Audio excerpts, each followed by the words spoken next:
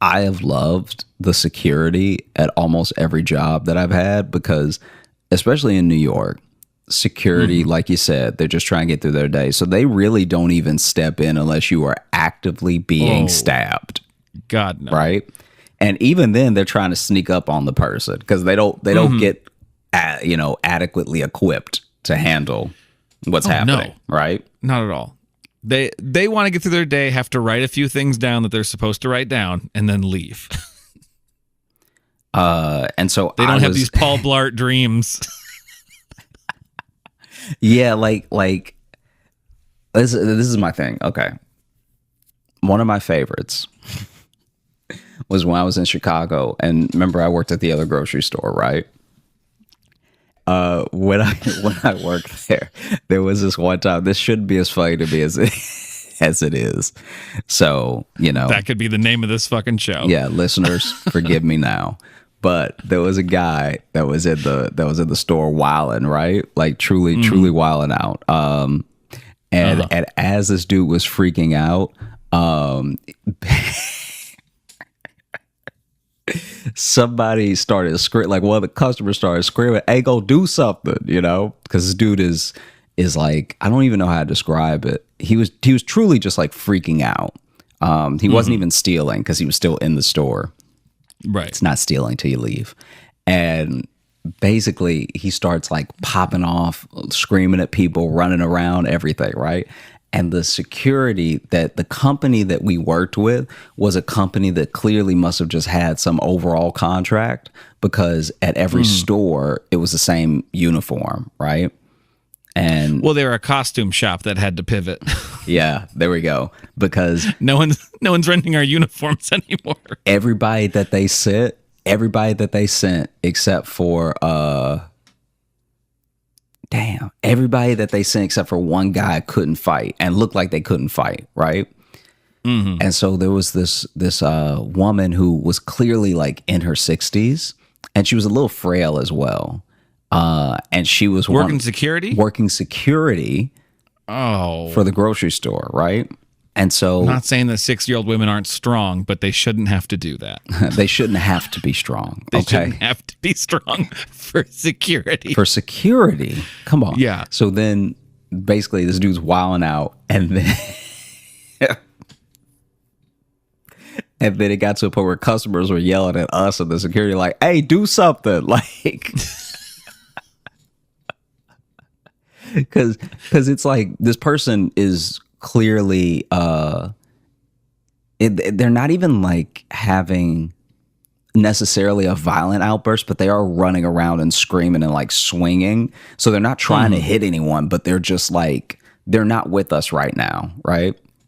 Yeah, is the best way to put it. They're fighting a war in Narnia. Yeah, and so they're not here. And so then everyone was screaming for this person to do something, right? And so she like that's the moment. And it's funny because every single one of these guards that I worked with had a moment where I made eye contact with them and could tell they didn't want to be security anymore. Like, dude, straight up, like everyone I'm about to describe to you, even the dude that could fight, I'm telling you right now, I've looked in their eyes while the thing was happening. And then when we made eye contact, they were like, I could have been doing anything else right now. And so then I should have stuck to painting. So then she gets off of, I think she might have been sitting on the counter or something, and then she's like goes to run to, I guess, do something about this, right? And I don't even know, like, I don't even know if they gave them anything.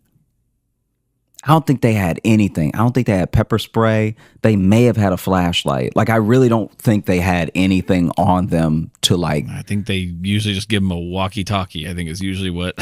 And so she goes to run, and as she goes to run, she steps on her own shoelaces, right? And so she stepped on her own shoelace. She fell, and she fell sideways. And so I know she hurt her hip, right? Of course. And And so now we're at a stalemate because it's like you as an employee aren't supposed to do anything. That's why they hired the security, you know? And in certain Yeah. situations, especially if it calls for violence, you could get fired even if you were in the right. Yeah. Yeah. And so now I'm really between a rock and a hard place because any minute, this dude's gonna be over here. And in my head, I'm like, I know he's gonna come to my register, right? I had already played out the scenario in my head. This dude was gonna come to my register and he was gonna slap me in my face, right? You're the magnet for this stuff, of course. And so I'm like, it's gonna happen. And so I'm like, oh no, I'm really gonna get hurt.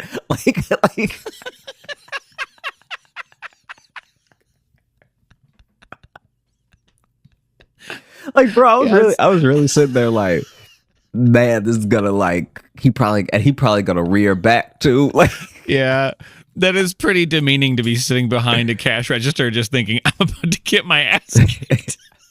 and the worst part is I knew this dude was too he was too out of it to actually rob me. You know what I mean? Like, Right, yeah. Like I'm rigging people up as well because people are running to the register, clearly just trying to get out as fast as they can. So I'm rigging people up fast. Like I was already a fast cashier. Yeah. But I'm going extra fast. Like I'm not even sure if everything's scanned. I'm just sliding stuff over. And so, because also in my head, I was like, if we can get everybody out of the store, this problem might like solve itself. I don't know why I thought that, but I just thought like, okay, this person is clearly lashing out around a bunch of people, but if there's not a bunch of people, maybe he'll calm down or something, right? Yeah. So I'm bringing people up as fast as I can, and then there's even. Once again, like I said, shouldn't be as funny to me as it is. But she's still on the ground. So no one's actually like helped her up yet. And then there's a guy who walks in, just a regular customer, walks in, sees her on the ground, sees us like ringing people up as fast as we can. And then I like look over my shoulder at him and he just turned around and walked out. Oh, yeah, because that looks like a robbery. Yeah. It's 18 people that only want to rob for food. Yep. They knock down the security guard and they're paying with credit. Yeah, a weirdly violent but also cordial mob. Yeah.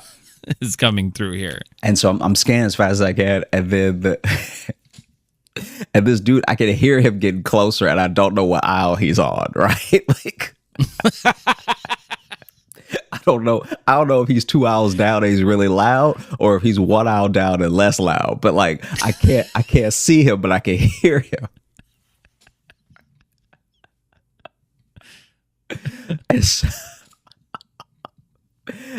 did I already tell you about this, by the way?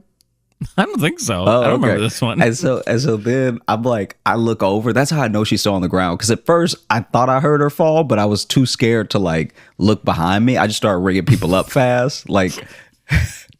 And then I turn my head and I see that she's fallen, and she's like, she says, "Help me," and I'm like, oh no, we're doomed.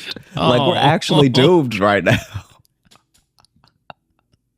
That's your security. Your security fell down and she can't get up. And so then I'm ringing people up. I finish a transaction and I'm like looking at the customer, I'm looking at her, and then I jump up and I like help her up, and it's like definitely nothing heroic. I'm literally just helping her get back to her feet. I'm not like picking her up or anything. Yeah. And you're helping her up to throw her to the lions too. Hey, you got to do what you do to live, you know?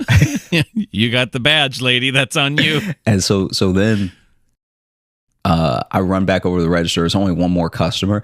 I close my gate as if that's going to do anything. Like, you know, like he'll get there and be like, "Oh, okay." You know the little gate they give you at the register? Yeah. So I close my little gate and I put the closed divider on. And then if I stand real still, he won't see me. Yeah. If nothing beeps, he won't move, right? And now I can hear a couple things falling, so I know he's getting close, right? And then this dude finally gets to the registers in general. Luckily, doesn't come near mine at all. Runs like knocks a bunch of people out of the way to run past them as they're checking out. Runs past the security guard. Does a cartwheel and is out. Hold on. Okay, sorry. Did you say he did a cartwheel and then he left? Yeah, this dude did a cart. So he was already pushing people out of the way to run out of the store, and then he did a cartwheel and then he left. Like, my brain needed a second. Because honestly, once you said cartwheel, the whole sentence like fell apart in my brain. I'm like, there's no way he said he did a cartwheel and left. Dude, bro, when I tell you that this lady busted her hip for nothing. Well, sounds like she didn't stand a chance anyway. He was going to be flipping around her or something. Yeah. This man is trained. This dude did like a truly insane cartwheel. Yeah. And by the way, when he was like running past us screaming, he was not making sense. No. Like he was like hobble, whatever, right? But then cartwheel is a powerful exit. Yeah. Because it not only does it take some skill and athleticism, but it's so counter to what he was doing. I mean, is it though? He was running around apparently swinging his arms. But to see all that and then to see him do a cartwheel on the way out would just make me go like, huh. Like it goes from like, oh no, what's going to happen to be like, well, now that was interesting. It's a weird reset, kind of. Yeah. Yeah. It erases some of the crazy from before. Yeah. And that's the power of gymnastics, everybody. Hey, thanks so much for watching. Please like and subscribe. It really supports the channel. Hit the bell notification because apparently it's the only way YouTube will tell you that something happened. And just tell a friend. That's the biggest thing you could do. Just tell one person in your life that you like, maybe you don't like, that this video happened to you. We release the podcast every Thursday on all the podcast apps, so you should find us there and subscribe on those and comment and leave reviews and whatever on all of them. And also, if you want bonus stuff, you can join our Patreon, patreon.com/Josh Johnson Show. We have bonus podcasts and videos and stuff there, and we'd love to see you. Hey everybody, we're at Helium Comedy Club in Portland, Oregon. Logan went and got a novelty soda for us to try. So we're gonna have some, see what it's like before I go up.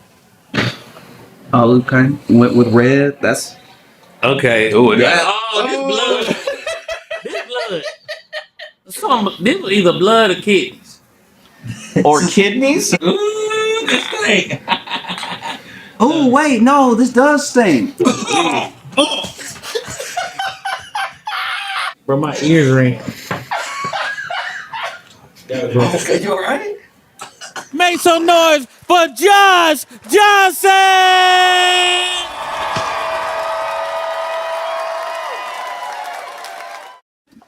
I didn't know that we just wouldn't care anymore. I thought it's weird sometimes, as much news as I read and I watch, that sometimes there's a thing that you think just in your head. Maybe it's because of what matters to you. You're like, oh, this thing, this is going to be huge. You'll see a thing, whatever it is, and you'll be like, this is the thing that's going to wake people up or freak people out, or no one's going to be able to stop talking about it, right? Different for all of us. But then, I don't know if this is a universal experience, but I think it is. Eventually, you get disappointed. You realize, like, oh, wow, this isn't as big of a story as it should be. People don't care as much as they should. Like, everyone's moved on, even though the thing isn't resolved. That's wild. And I didn't know that we would just stop caring about the drones that are flying over Jersey. Like, that seems... Y'all, that seems like a big deal, and we just sort of let it go. They still up there. Like, I guess they don't need batteries because they are still... It's wild. There are drones that were flying over Jersey, and they're loud. They're very high up, but they are so loud that people compare them to helicopters. And they've been flying over Jersey for a while now. And we all kind of thought, okay, they'll tell us what that is eventually. Someone will know. Someone has to know. Because at first people thought it was kids. And then when they said that the drones were like 6 feet wide, they were like, maybe they're rich kids. Maybe it's like... And then people... and then people started coming up with theories because it was so loud, it was so disruptive, it's over like residential areas, it was so random and everything that people asked the government. The government came out and they were like, don't worry about it.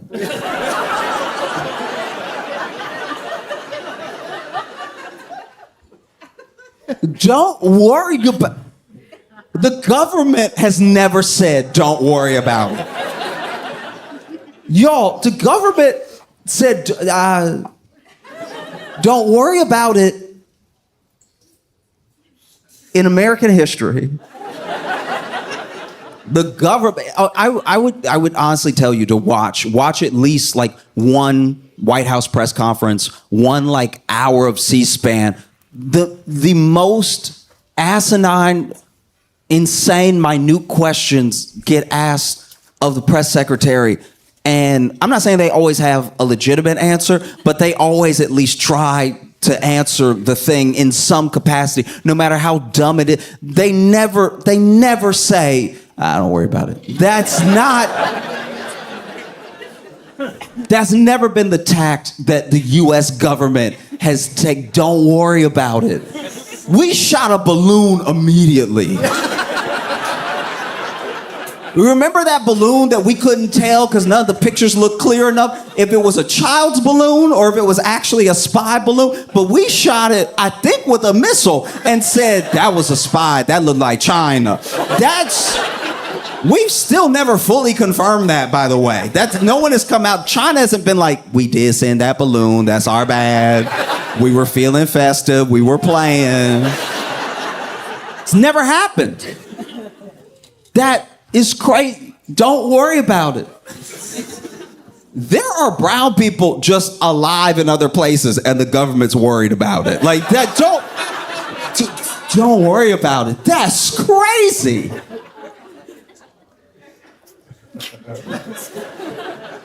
So then people started to come up with their own theories, People started to be like, I don't know. I mean, I think it's a foreign entity. I think it's a foreign entity doing reconnaissance. They're spying on us. It could be China, could be anybody. They're using these drones to spy on us. And I was like, oh, okay. Maybe China sent a drone as loud as a helicopter with lights on it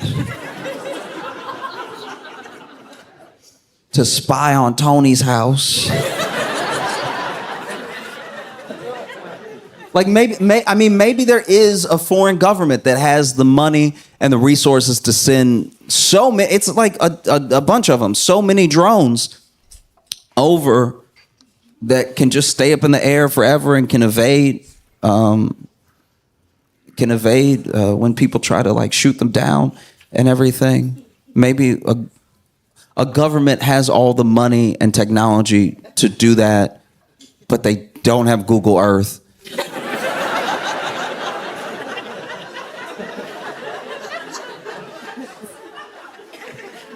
Maybe. And some people think that's very dumb. Some people think, oh, what an idiot. Who would think that? But you know what it's not dumber than? Don't worry about it. That's the dumbest thing a person could say.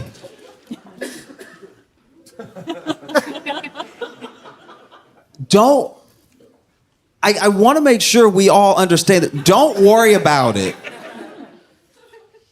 Y'all, I am so scared the government is out of money. Don't worry about it. It's the most broke parent thing to say.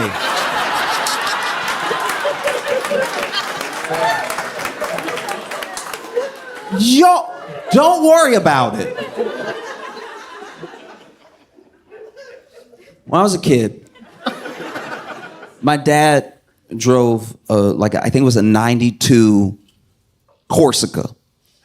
And if you don't know what a Corsica is, you're doing great. Don't worry about it. But he drove this 92 Corsica, and the Corsica had a hole in the back on the floor. There was a hole.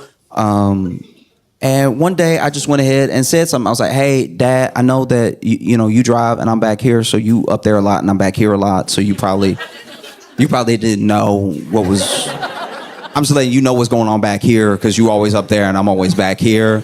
But there is a me-size hole in the floor of the car. So just in case you ever pick me up and then you don't see me and you're like, I swear I just picked him up. Where is he? I probably went through the hole that's in the back of the car because it's a hole. I see the road and we are going fast. Like there's a lot. I thought we were going fast when I looked out the window. When you look through the hole,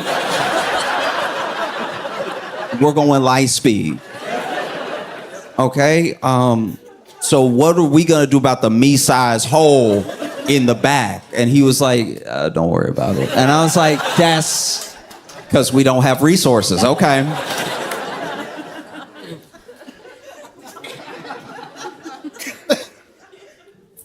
I had a babysitter one time that was making me some dinner, and I don't know.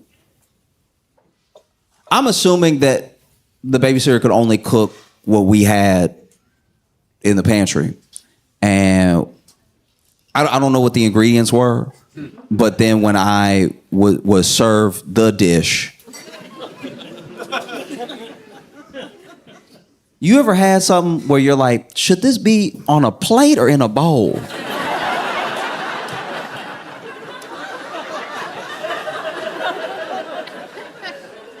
Because it has enough girth to stand on its own.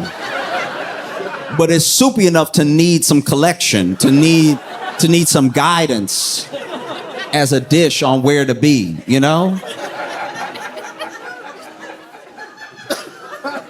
And so I asked my babysitter, I was like, what is this? And she was like, don't worry about it. And I was like, oh, okay. This is a broke meal. That's what's been cooked for me right now, is something that only happens when you have ingredients that cost 23 cents and you put them all together to make a full $2.25 meal. The only thing that you did to cook it was add heat, but you didn't cook. It's all hot.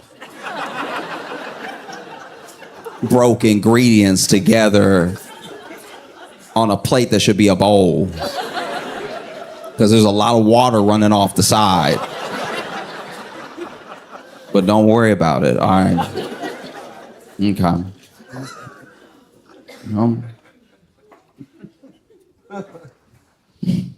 I remember one time my shoulder was popping a lot. It was like just and like I was like kind of a gangly kid to begin with. So like I don't know what I did, but it was just popping all the time. And I was like, "Hey, Dad, my shoulder is can you hear it? It's popping a lot. It's like popcorn. It's like it's going a lot. Like, does this ever happen to you?" And he was like, "No." I was like, "Should we go to like a doctor or something? Because like I just want to know, is it bad? It doesn't hurt, but it is popping a lot. It's moving. It doesn't want to be my shoulder anymore. Like it's moving all up in there while being kind of still, but like it's not pop. It doesn't hurt, but it's a lot of movement." And my dad was like, "Don't worry about it." And to this day, my shoulder pops quite a bit. So when the government tells you don't worry about it, it makes you worry about that specific thing. There are some people that think it's aliens. They think that is aliens that are trying to make contact and bolder than ever letting us know that they're here, that they're visiting. And okay. I don't think it's aliens because I just don't know if aliens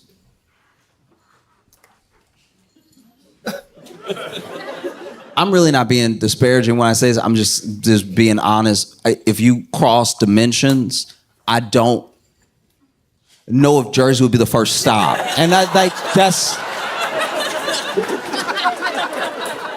and I know people from Jersey, and they will tell you if I cross dimensions, I'm probably hitting up, Cairo. I mean, I'm hitting up someplace that's a bit more exotic, But mostly I just hope it's not aliens.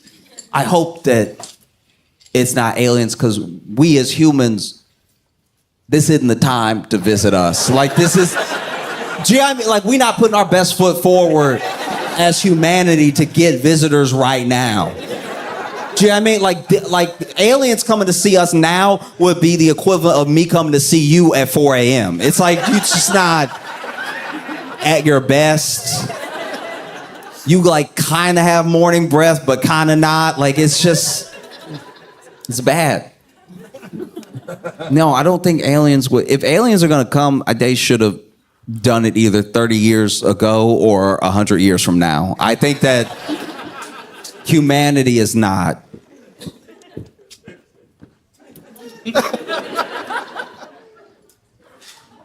We're not good for visiting right now. Yeah, I mean, like it.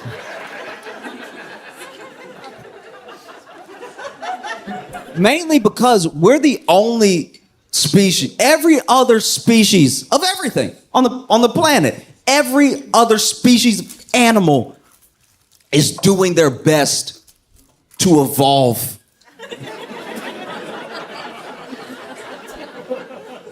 They're trying to go in the direction that forwards the species that, do you know what I mean? That they will still be around.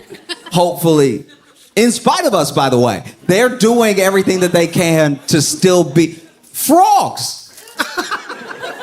Frogs have the sense.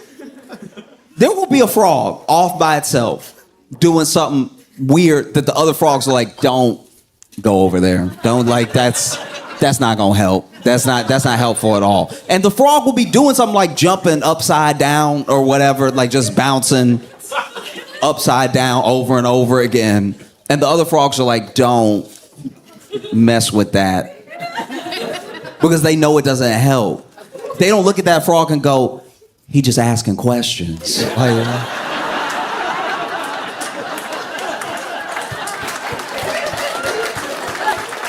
Yeah, I mean, like he a free thinker. That's what that is. That's why he jumping upside down. Why y'all all jumping right side up like some sheep frogs?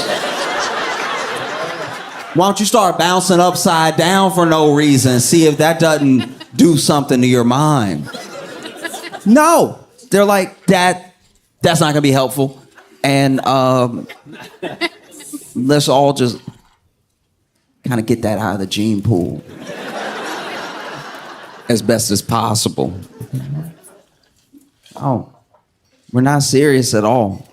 It's painful. Genuine. And I'm not just talking about like Americans, by the way. Like we're so self-referential sometimes that it's like any critique of humanity sometimes sounds like I'm just critiquing the. I'm talking about people, all of us, planet Earth, all of us. We're not doing the things that would take to make a better world for us. Everywhere you go, it's happening. I don't know if you was seen it. It was in Peru. In Peru, there was a drug bust. There was a drug bust where the national police raided this drug house, and who knows if it was like a crack house or a drug warehouse or a kingpin's lair or whatever, but it's where the drugs were. And the head cop, top cop that's leading the charge, leading the raid, led the raid dressed as the Grinch.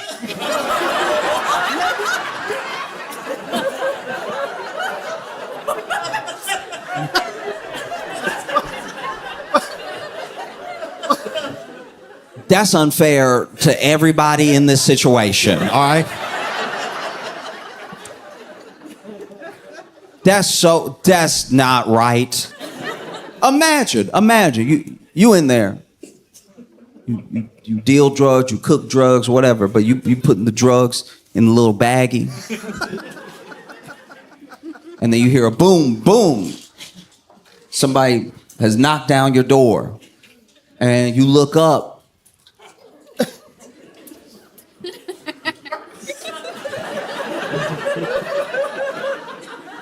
And it's the Grinch.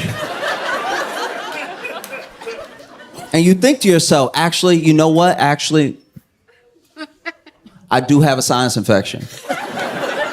No, I do have a sinus infection. I have a sinus infection, and I've been blowing my nose all day, and I've been like taking the Mucinex and everything, but like I have a sinus infection, and then, you know, my nose has been a little runny too, and then when it's runny, you don't want to gross out your coworkers and everything, and so you do a little, and I must have what we making, because that's the only way that it makes sense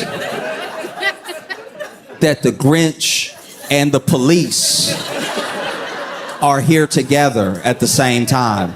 I must have accidentally did what we doing in here to be seeing the Grinch and the police at the same time. Because he didn't just run up in there as the Grinch. This dude, he had the battering ram, and then he goes in. After they break down the door, he goes in and then dropped the battering ram too. Unarmed, just came in character like the great. This man came in high knees, just.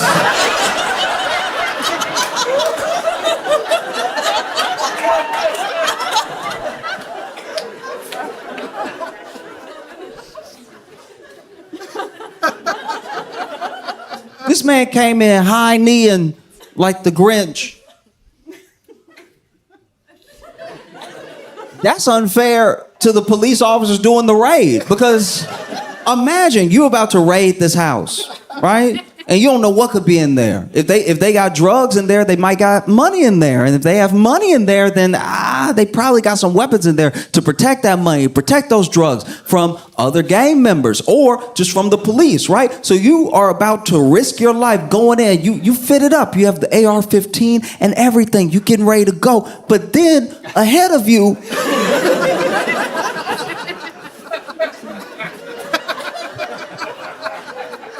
your leader is going in dressed like the Grinch. And then he battered the door down and run in. You got to run after him and make sure not to accidentally shoot him while he over here high kneeing in front of everybody, moving all crazy. Because they did everything like you would normally see in a raid, like get on the ground, everything. But then the Grinch. Sometimes people try to get in character, and I don't think they understand the character, because I need to listen to it again, admittedly, but I swear he was making noises that the Grinch doesn't make. So then they were like, get on the ground, and then he was like, it's like, that's not in there though. That's not in the movie. That's not in the book. What is that? That's not, you're not even speaking Spanish or anything. Just it's like, in what work? Because you can tell, even as they getting arrested, they're like, but is he with y'all? Like, no, I'm getting on the ground. I'm asking though. Like, he's just moving all weird in here. Like, what is that? I'm getting on the ground. I'm just saying.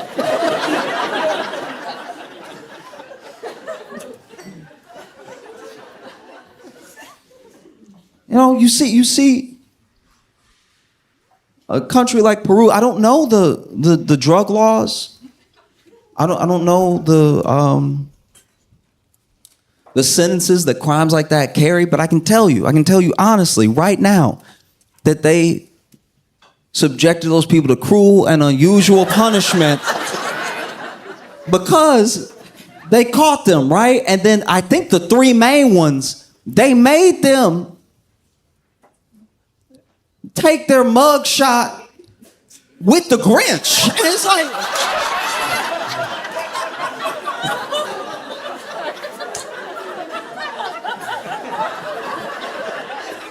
what other reason could there be other than to ruin a person's life? To completely diminish all street credibility than to make them take a mug shot with the grit. They over here, and I'm sure they didn't answer any questions, because if you can Google this, look at the picture later. You see them in the picture being like,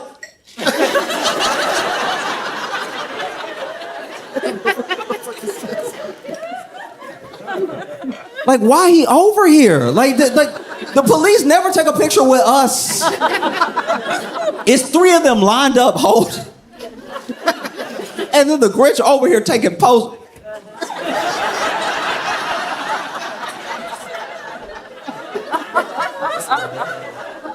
Looking all proud. Because it seems very dangerous to like go in there, batter and ram, and run up in there as the Grinch, but maybe it's not. Maybe he knew that if you run up in there as the Grinch, people so confused that they don't fire right away. They literally like.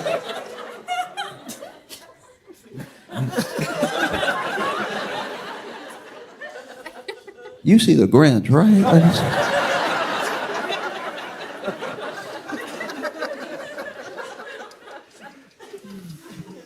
No. No, we're not a serious people. Not at all. No.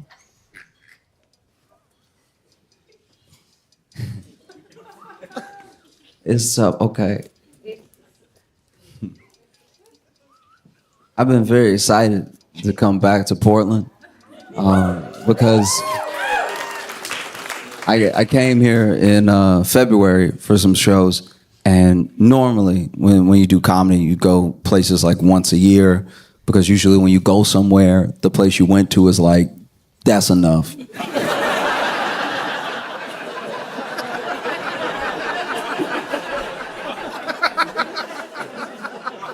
We get it. We get what you do.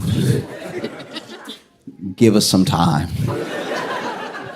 But I was able to come back, so soon, and I love being here. I love doing shows here and everything. I love coming to Portland because y'all don't wait. You hit people with Portland as soon as they land. Like, it's like.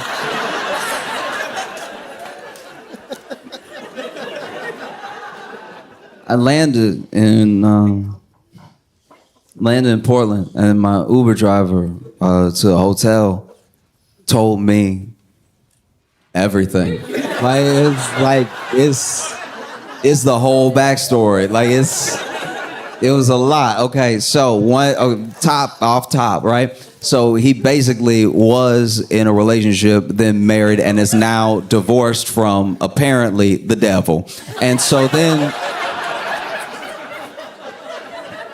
So him and Satan, they still share a child, a cat, and a timeshare. And sharing all these three things with Lucifer has really made it difficult. It's made his life very hard. And I was listening to all of the woes of each thing, like the child, the cat, the timeshare. And I was like, oh, okay, well, if I'm being honest, you only really gotta love like two of those. You know what I mean? Like the timeshare. The whole point of a timeshare is that sometimes you're there and sometimes you're not. So like, just be there when the devil's not there, and then let the devil have it sometimes, because that was always what was gonna happen. The cat, look, I know you love the cat, and the cat loves you, and Satan's in the way. But I promise you, if you get a cat that look like that cat, it'll be like having that cat. I can almost guarantee. I'm not saying every cat is the same. I'm just saying that a lot of cat, when he described the cat to me, he was like, oh, she likes to cuddle sometimes and she sleeps most of the day. And I was like, that's cat. If you can get one that look just like her, you'll feel like she there. You don't even have to clone her. That is a cat up and down. That's everything you just described is everything I've ever known a cat to do. So, little standoffish sometimes, likes to sleep a lot, climbs a little bit. Yep, you have a cat, sir. No need to share custody on this one. Just get an extra cat, and then that way, if you have two cats, actually, you know what y'all need to do? Y'all need to reverse parent trap this thing. You get a cat that look exactly like that cat, and you put them in a room together, and then you just shake the door a little bit, and then when you open the door, you each just grab a cat, and I guarantee you, it'll be like having that cat, right? And then it's like a Schrodinger's cat, because you won't know if the cat is the cat or if the cat is your cat. And you can just enjoy life with your cat that's yours in your head or not. Who knows? No one cares. The cat won't care. I guarantee you, the cat does not care. This whole custody battle over the cat, sometimes it's at your place, sometimes it's at hell with Satan. That whole thing is nothing to the cat. The cat is like, I'm a nap regardless, right? The child, yes, that is rough, to be fair. That is very rough. You share a child with someone that you can't stand, and if anything, I think that y'all should probably really figure out your differences, because you seem to have so much anger, and from the story that you're telling me, the devil also has a lot of burning fire, anger towards you, and I don't know. I mean, the opposite of love isn't hate, it's indifference. If you really didn't care, you would know that you've fully fallen out of love with this person, but because you still have so much passion involved, you should really check in on that, because that's something that you got to be careful, because what if in all that passion maybe y'all rekindle a little bit because you care so much, and then what if you accidentally just in a fit of passion y'all make another kid? That would be like the cat thing but worse, because the cat thing is a solution. Two kids with someone that you hate is a big problem. That's double the problem, right? And so then I guess he wasn't really trying to hear what I was saying, but I only said any of that stuff because I was like, if you tell me your whole life, I thought that you would want some notes on what was going on.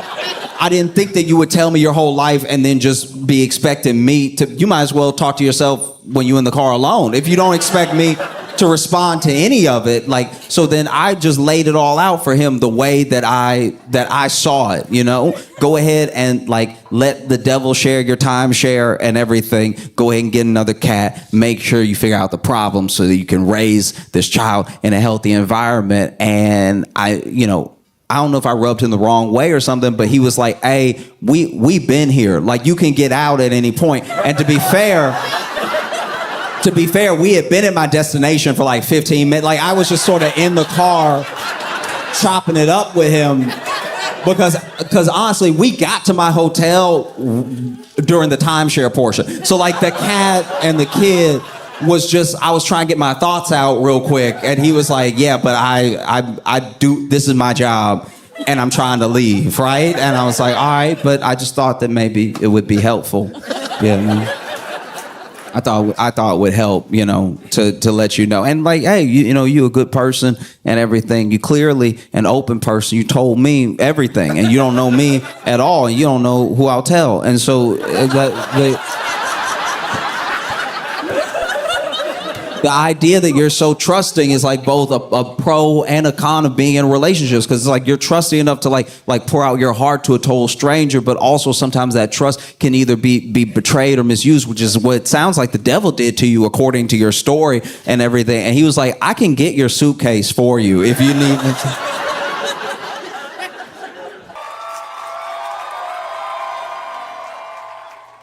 I don't know if y'all saw everything that's happening with Tesla either. That's crazy stuff. Okay, so basically, if you're not aware, Tesla's an electric vehicle that, rewind just a couple of years was not a political statement at all. It was a car you could buy or not buy. It was just a car on the market that had some stock, and the stock would go up and go down and go up and go down. And then, Elon Musk decides to get involved with politics and gives anywhere from like 250 to I think maybe $270 million to Trump's campaign. And then Trump wins and Elon becomes the president.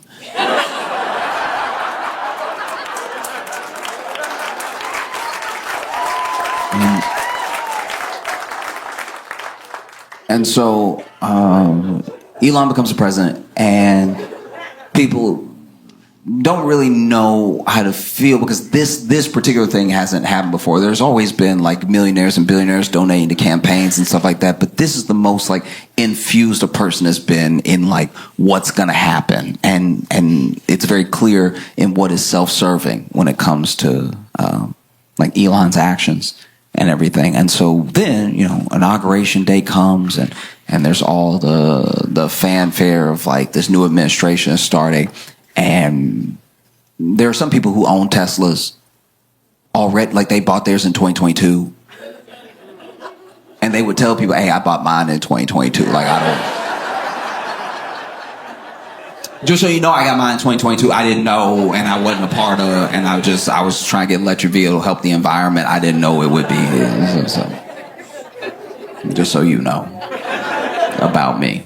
And then Elon's giving a speech, and then he says, my heart goes out to you. And then he does like a full-on Nazi salute, right? And does it again for clarity. And there is a part of me that genuinely, when someone buys something, especially something expensive, and then something happens with that company, a part of me does feel for them, because there are people who bought their Tesla in 2022. They might have been sitting in their Tesla when they saw Elon do a Nazi salute, like.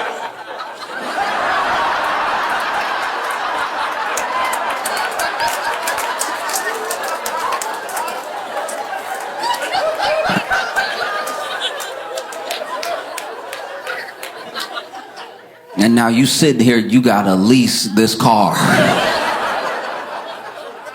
I don't know if y'all saw, but Trump released the JFK files, or at least is starting to release the JFK files, and yeah, it's a lot. He said there's like 80,000 pages or something. I think they've released like anywhere from like 2 to 20,000 already, with more to come and stuff. And I don't know about anybody else, but when it comes to JFK and the conspiracies around his death, those were like some of the first moments that you saw, for at least a wide population of Americans, trust in government and its agencies break. A trust that they've never got back since, where like whole government agencies don't have the trust of the people, because up until then, maybe they classified things, maybe they told the public lies or whatever, but they were things that people felt like they could at least get on with life believing. JFK was the first thing for a lot of people that spawned the real like tinfoil hat stuff, what aren't they telling us sort of thing. And so you would see something like this big release of the files, 20,000 with like 60,000 more to come. And it's kind of crazy that everyone sees that and they're like, nah, I'm good. 80,000 pages? I don't think JFK cares that much. That's 80,000 pages. Game of Thrones isn't 80,000 pages. 80,000 pages is insane.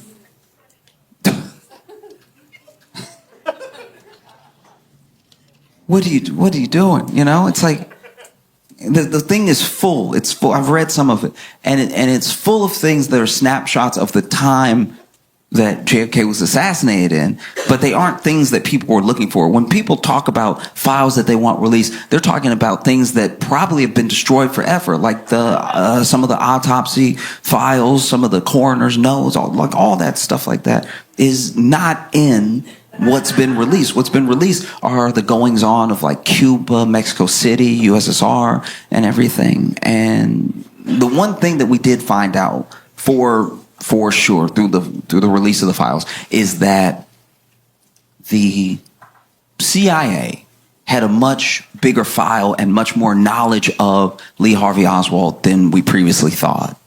And they had been tracking his movements and everything. He had been going to these different countries. I'm pretty sure he went to Mexico City for a little bit, and then he went to the USSR. And I don't know if the word is defect, but he basically was trying to leave the U.S., become an expat and join USSR, and even tore up his passport and everything. And the USSR was like, oh, nah. Nah, we good. That's crazy to me. That's someone, you have a CIA file on you and you're trying to move to the USSR, and they are like, you giving off some bad vibes. Like, I don't know what it is, but you creeping everybody out. Like, you stare too much, dog. Like, what are you looking at when you looking over here? It's unsettling. Just take that somewhere else. And so then he came back somehow. Didn't seem like he had a problem coming back, even though he tore up his passport.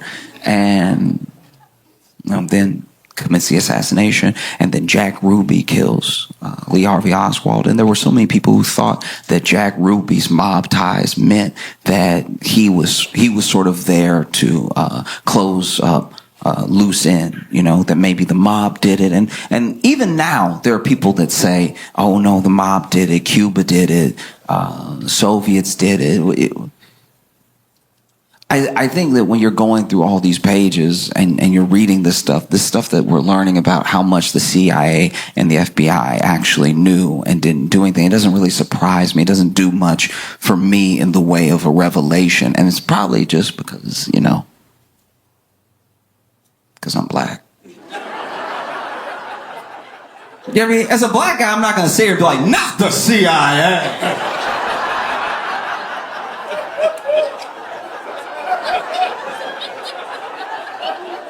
You mean to tell me the CIA? Next, you're going to be talking about the FBI. Guys, no, not at all. Because that's the thing. That's what trips me up too, is all these pages are getting released. There are things that were released during Trump's first administration that were redacted pretty heavily, and then they've been re-released, not redacted, right? Or just one line redacted. So much so that there are people that are actually mad at Trump because they're like, some of that stuff, some of those people are still alive. What are you doing? You know what I mean? And so then, you'll have like one little line that's redacted, and you'll have someone obsess over that specific line because it's not finding the truth for them. It's about keeping the conspiracy going, because you'll even see they uploaded it to the archives. You can check it out in the archives right now. They uploaded everything they've uploaded so far. In my opinion, they've done pretty badly. I think they just had a scanner and they were like, he said today, so...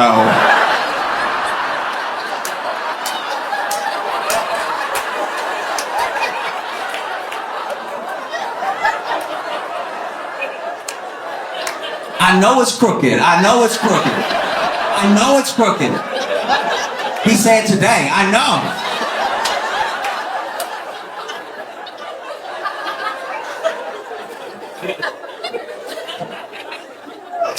Honestly, I looked at some of the files, some of the handwriting in some of the notes, whether it's written by a CIA agent or like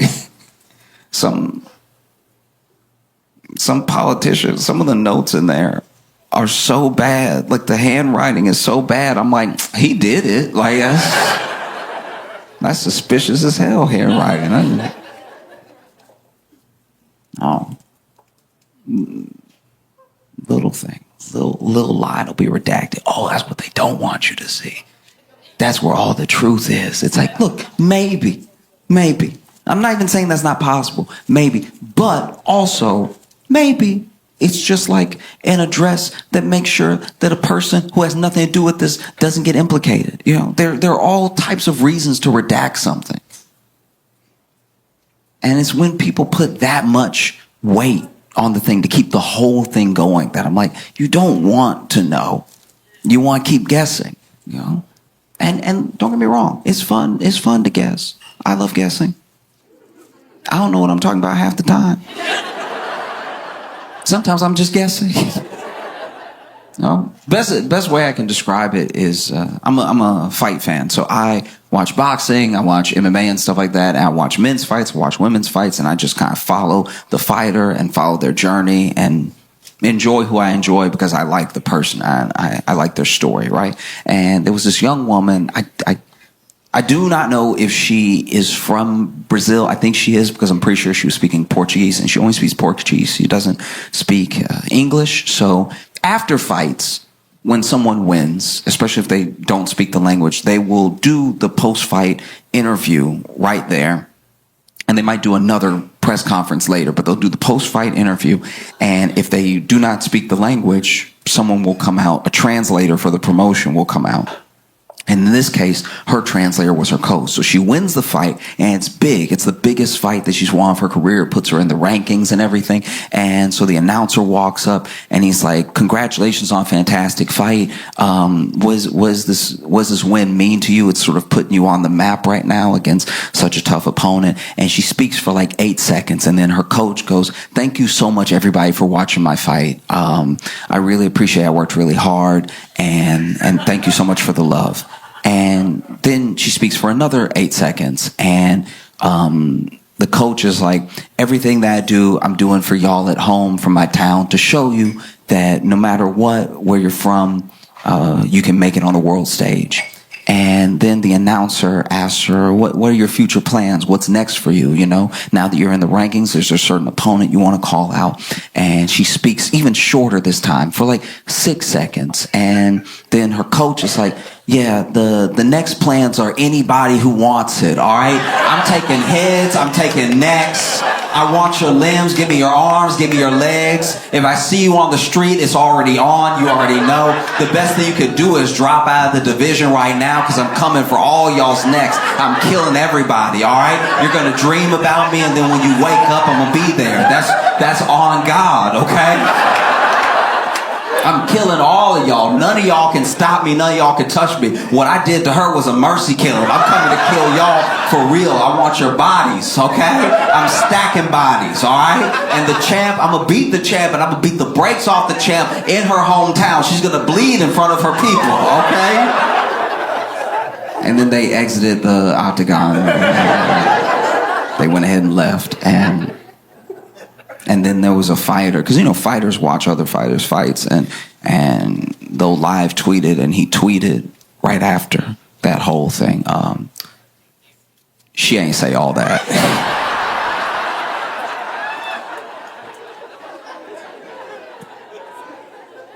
And I'm not gonna lie, that's what those redacted lines feel like to me sometimes, where I'm just like, yeah, look, maybe the whole truth is in the one sentence, but maybe it's in the 80,000 pages that nobody feels like reading.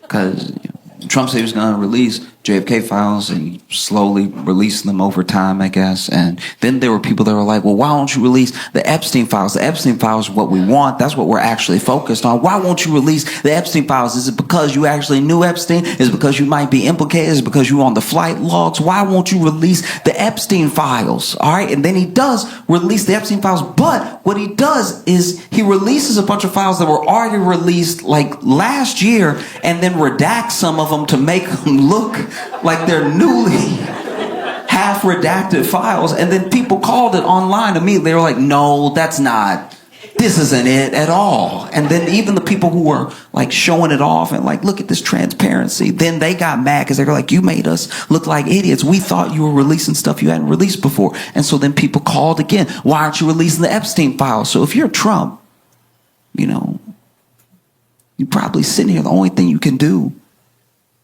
is release the Epstein files and hope it's 100,000 pages.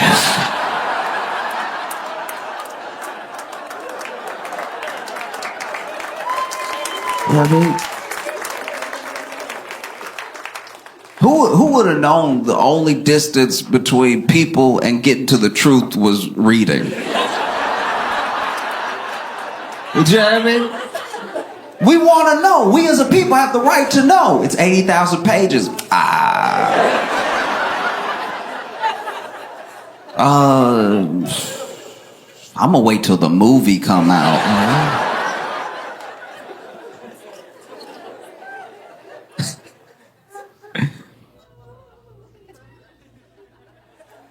But what are you gonna do? You know, Elon's the president.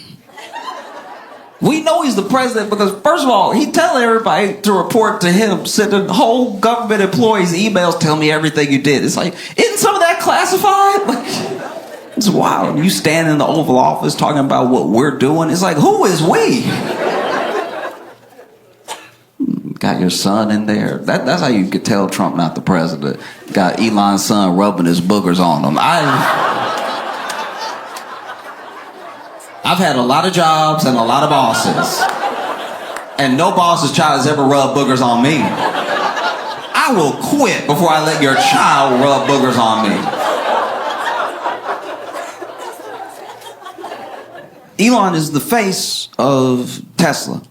And he's also the face of Doge, this department that's been cutting all these government jobs and gutting a lot of government programs and everything. And I've talked to a lot of people, a lot of people across the political spectrum about Doge, about their actions, and from the time it started to present, right? So some people are like, oh yeah, it's a little bit much now that we're very much on its side. There are some people that still don't see a problem. There's some people that hate it from the very beginning.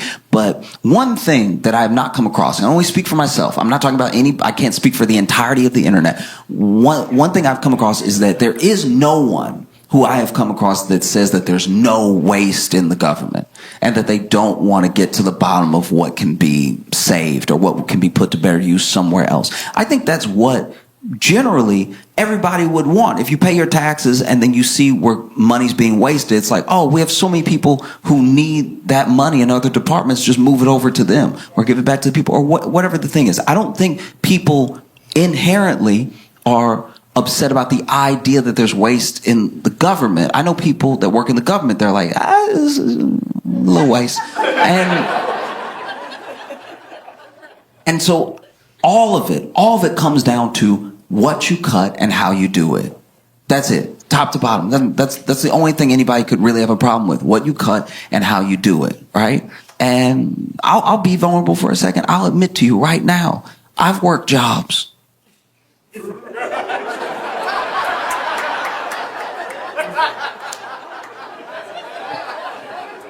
I've worked jobs where I was like, I'm not going to tell anybody, but like, they really don't need me.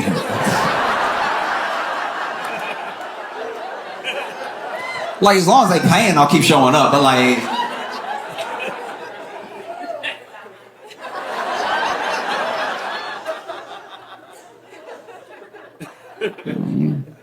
and you end up seeing what happens. Because the thing with whether it's voters or whether it's like rhetoric around how to handle this stuff, there are people who even now genuinely believe, oh, let's get a business person. Let's get someone who's good at business in government so they can run the government as efficiently as they run their business, right?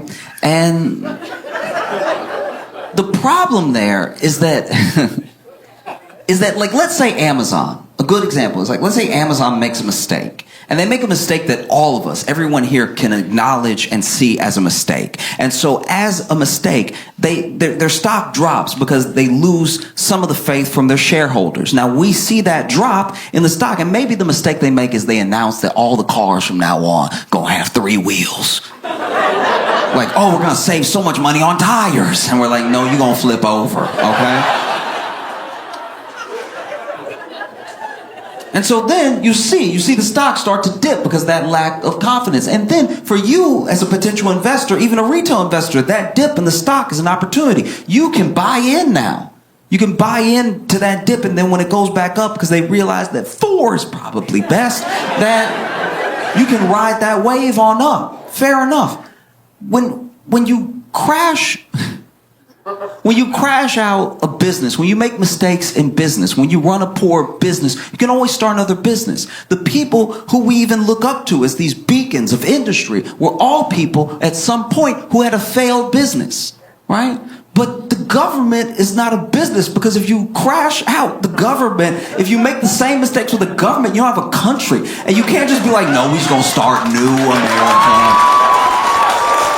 You know, I used to have like a lemonade stand America, and that one didn't really work out, so I started like a tire shop America, and that still really wasn't it. So then I started this hedge fund America, and now we're cooking. Yeah. It does not work that way. And you saw what happened. You saw Elon run the government because he's the president. You saw Elon run the government the way he ran his business. When Elon took over Twitter, right? He comes into Twitter and he immediately starts firing everybody because he's like, you're waste, you're redundant, I don't know what you do, I don't know what that is, you're fired, you're fired, you're fired. And then a couple days after he took over, remember that brief period where he was like, how do you turn it on?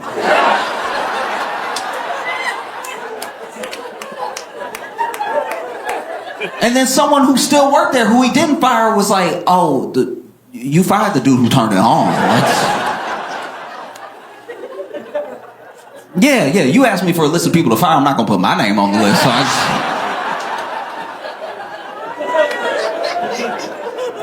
And so you see, you end up seeing Elon firing people and then trying to like hire them back real quick and trying to like smooth over the things that he broke that didn't need breaking, you know? And then Doge ends up working the same way. It ends up swooping in and firing a bunch of people and then trying to hire some of them back real quick, and it's chaos. And Elon is the face of it. He's the face of it because we didn't know who else was working in Doge. We didn't know who was essentially like hacking into Social Security, who was going around judges' orders, who was breaking things and going to places they weren't supposed to be because we hadn't figured out how this whole thing was going to work. We didn't know. And then we found out that it was children. We found out they leaked the photos of those people that were high up in Doge that were getting into Social Security and the IRS and everything. And we were like, what?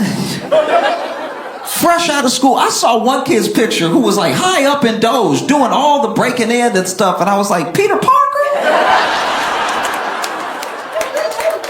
I cannot believe that Spider-Man gonna cut off my grandma's Social Security. So I don't think anyone saying like there's no waste, but it's what you cut and how you cut it. You know, I think people would have appreciated like an actual audit. They said that they did one, but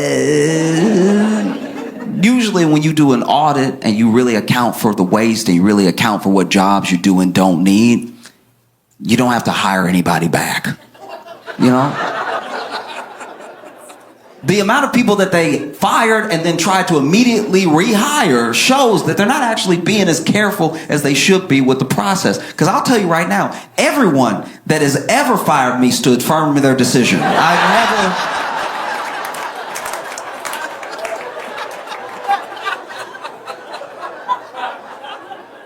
I've never been fired and then somebody ran out after me. Hold on.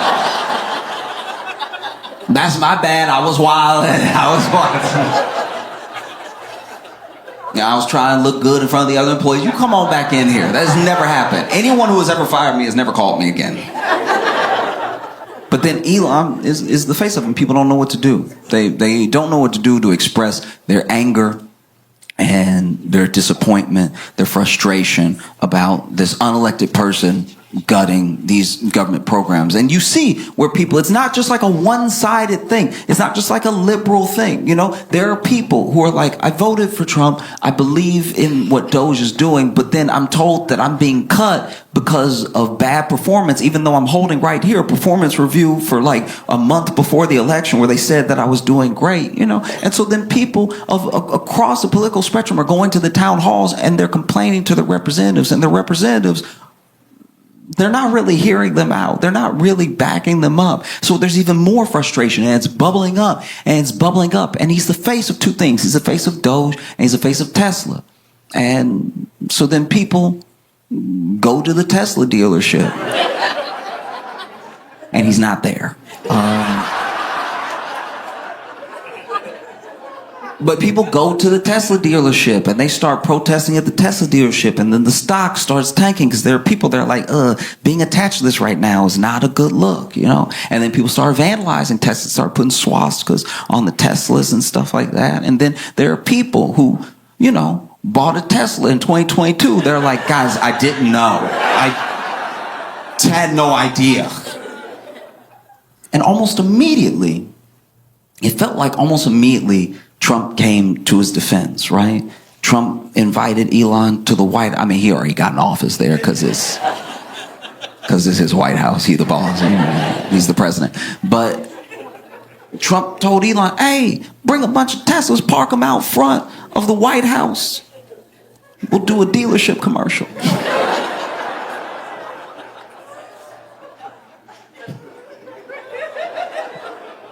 This man got in the Tesla. Trump got in the Tesla, was like, everything's computer. Which is not wrong.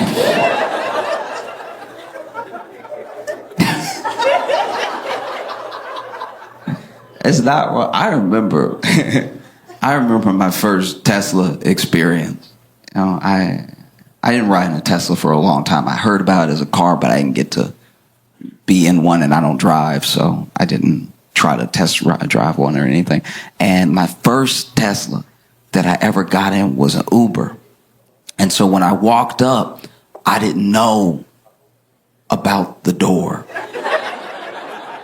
I didn't know the door would be all smooth like that. So this is me. Look, I'm admitting for a second. I'm being vulnerable here. I'm admitting for a second that this is me. This is my bad. I was doing too much in my head. I was doing too much, all right? Know that I know that before I even admit this to you. I was doing too much, right? But when I walked up to the Tesla, I thought my driver sucked the door in because I was black.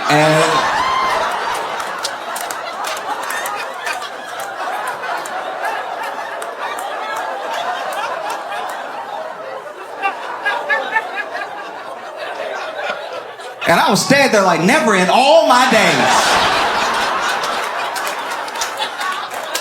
have I seen this type of racism.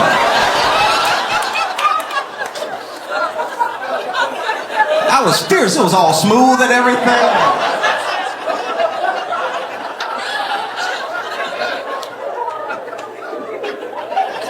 And so finally, driver noticed I'm not getting in the car, so he rolled down the window. I lean over all indignant like,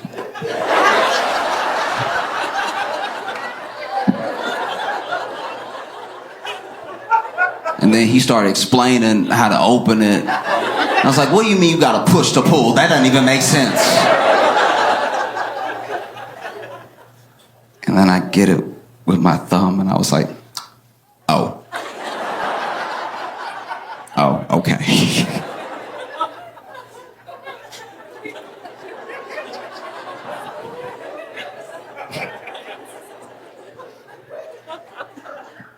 Got in the Uber, we took off.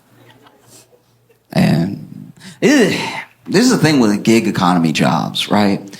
Is that, how do I put this? There's a social contract we have not written yet on like how much this is like your property versus my time versus our experience, right? And so when I get in an Uber, I'm very respectful of the fact that this person's car. This isn't my car, right? I'm not renting it so it can be my car for a little while. And we're sharing this time together, but it is my time that I'm paying for, so that's what makes me the customer, you know? So I try to not make any waves. I get in an Uber and I'm just like whatever they need to do. Sometimes there are people who start driving Uber very, very early, so they're tired. And so they got to blast themselves with cold air. They have to have their window down. And I'm like, I'd rather that than us die warm, you know?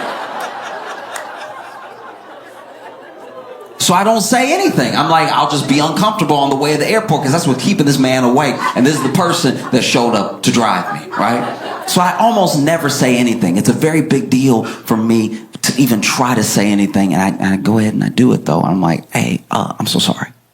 I'm not like, I usually don't do this or anything. But you know, I leaned over to him and I was like, hey, I'm so sorry. But could you please, like, touch the wheel, like.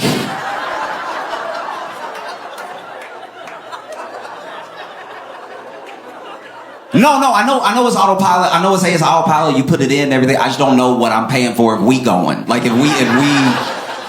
Like I'm not telling you how to drive. I'm telling you to drive. Like it would be nice if you did drive. Like. Just put a finger up. Make me believe. Just put a finger. And so you see all of these attacks on Tesla increasing, and the stock price dips and dips and dips, and it goes up a little bit. Every once in a while it goes up because there's some people who don't care about any of this at all, and they see it as an opportunity to buy low, and so it'll go up a little bit, maybe like 3-4% here, and then it drops a little bit more, and it's down from its high by a lot. And you've even seen people like in the Trump administration come out and say, hey, if you vandalize a Tesla, we're treating it as domestic terrorism. We're coming for you if you touch a Tesla, right? And it's just baffling because everything that Trump is doing for Elon and everything that his administration is doing for Tesla is exactly what they were supposed to do for the voters. You know what I mean? Like Trump saw that his boy was having a little dip, was like a little bit more broke than he was the day before. He was like, let me help you out. You know what I mean? That felt like a campaign promise that I thought he made to everybody, but apparently he was just talking to 3 people. And even going after people who vandalize a Tesla as domestic terrorism. Like, when do we ever talk about domestic terrorism? You know how much domestic terrorism we have? It's a lot. And then you see Elon go on the news, and genuinely he seems like really upset, like genuinely hurt. And I think it's because, you know, look, he's still richest man in the world, but he used to be the richest man in the world by a larger margin. Like he has lost billions and billions and billions of dollars, right? And you know, he's so affected by it. And I think that maybe he's so affected by it because when these things are such a part of your life, they do become your identity. Maybe being richest man in the world, maybe being seen as this, like, you know, this business guru, this scientific mind, all that stuff crumbles away when the people are not with you, when the people can't stand you, when you've angered them, when they don't want to have anything to do with you, you know.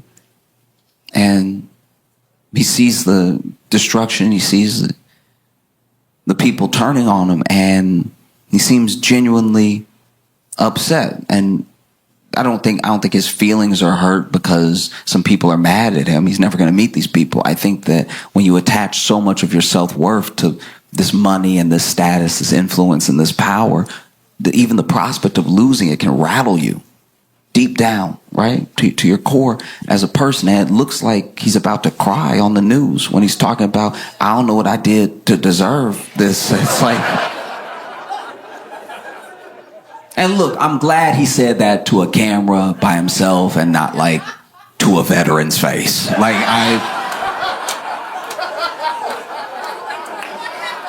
I mean, like he didn't really get that. You know, the dude on Fox was like, "You've done nothing to deserve this. You're a true patriot," whatever he said. And, you know, I was sitting here watching Elon get genuinely sad. And I was like, oh, my heart goes out to you. I've been genuinely obsessed since I saw it from the moment that it happened. You know, it was around Thanksgiving, and what a thing to be thankful for. Wow. I can't stop reading Drake's filing.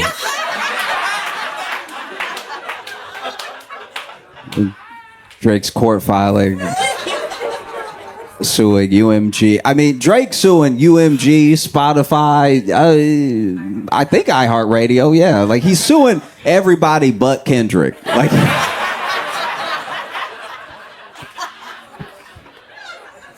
all right. In case you don't know, because I don't expect everybody to just know everything I'm talking about all the time. In case you don't know, Kendrick Lamar is a rapper. He's a phenomenal rapper. You know, some are saying the best to ever do it, right? There are a lot of people that, yeah, except Drake, yeah. Kendrick Lamar is absolutely killing it right now, and he was in a beef with Drake. Now, if you don't know, Drake was a rapper.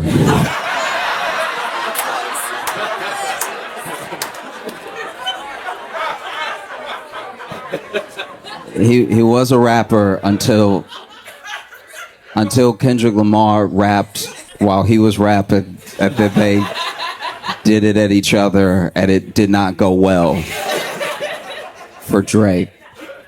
Now Drake is suing, and it's such a thing to take apart because it's genuinely complicated, right? Like not just the suit, but the reasoning for the suit, and like who would actually be in like a bad position, you know? A lot of this, weirdly enough, if you go all the way back, starts with Kanye, now known as Ye, right? Now, during his Life of Pablo tour, Ye went on this rant. Now, Ye became known for rants. That was like a thing as far back as the Yeezus tour. Probably started, I actually think it started when he was touring 808 and Heartbreak, where just mid-concert, instead of an intermission,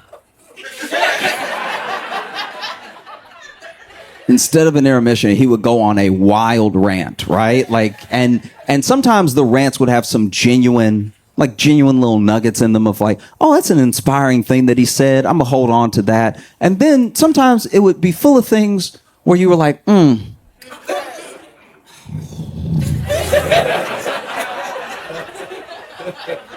does he know? But he's all right. And in one of these rants that became like part of going to the concert, what's Kanye going to talk about? What's he going to go off on and everything? During Life of Pablo, Ye does this thing where he's like, radio lied to you, right? Now, Ye is probably one of the most imperfect messengers of our time. Like, it's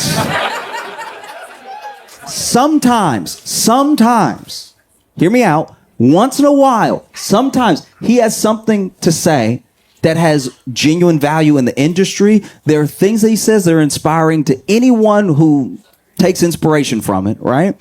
And there are some times where he's like so unclear, but he's like about to get there, right? And this was one of those moments, because what he was basically saying was that Drake and some of these artists, they were being artificially pumped up. They were being force-fed to us. We could not get away from them. And he took issue with it because he was like, look, you're being lied to. Something is being sold to you that is not genuine. Something is being sold to you that is completely artificial. It's a machine built by an industry to take your money. The thing that you're being sold has no soul to it. There's no artistry to it. It's just like a complex compound to take as much money from you as possible, maybe to give you the feeling of something genuine, but it's not there. I promise you, it's all been talked about behind closed doors. They've all come up with a plan to take as much of your money as possible, to take as much of your attention as possible, and to have you feeling like you're connected to some of the most hollow people who have ever lived, right?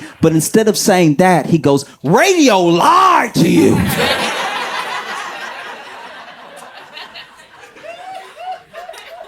So understandably, in the moment, people didn't quite understand what he was trying to say. You know? And then there's another interview more recently during the beef when it started where, Ye basically says he was, and it's something that a lot of Drake stans brought up, where he was like, a lot of us involved were just so excited about the destruction of Drake, and they were excited because depending on who you talk to, Drake been a menace for a minute. Like Drake has been sleeping with people's very significant others. He's been doing like shady stuff. There's people who've worked on projects with Drake, and then he went ahead and even though he worked on the project with them and was happy to collab and everything, releases a project that's kind of like theirs right before, there's things he's being accused of that are like, none of it is illegal, but a lot of it is terrible, right? And so, Ye had his own issue with him, Drake, Kardashians, all that stuff. And so he was like, what people don't understand about Drake is that he has a rich baby daddy named Lucian, and Lucian was the top of UMG. And so now at the top of UMG, you have someone pushing Drake nonstop. And if you heard Scorpion, I don't know how you missed it, but it was the most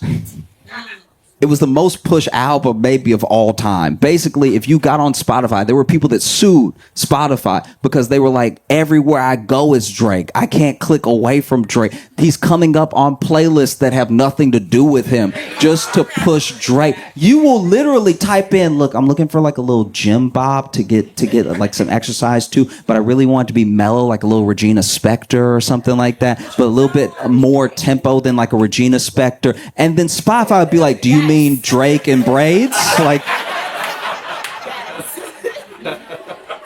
you'd be like, I want some hard rock, like something classic, something that is maybe like hair metal, like some of that glam punk to it and everything. And then Spotify would be like, do you mean Drake making a mean face?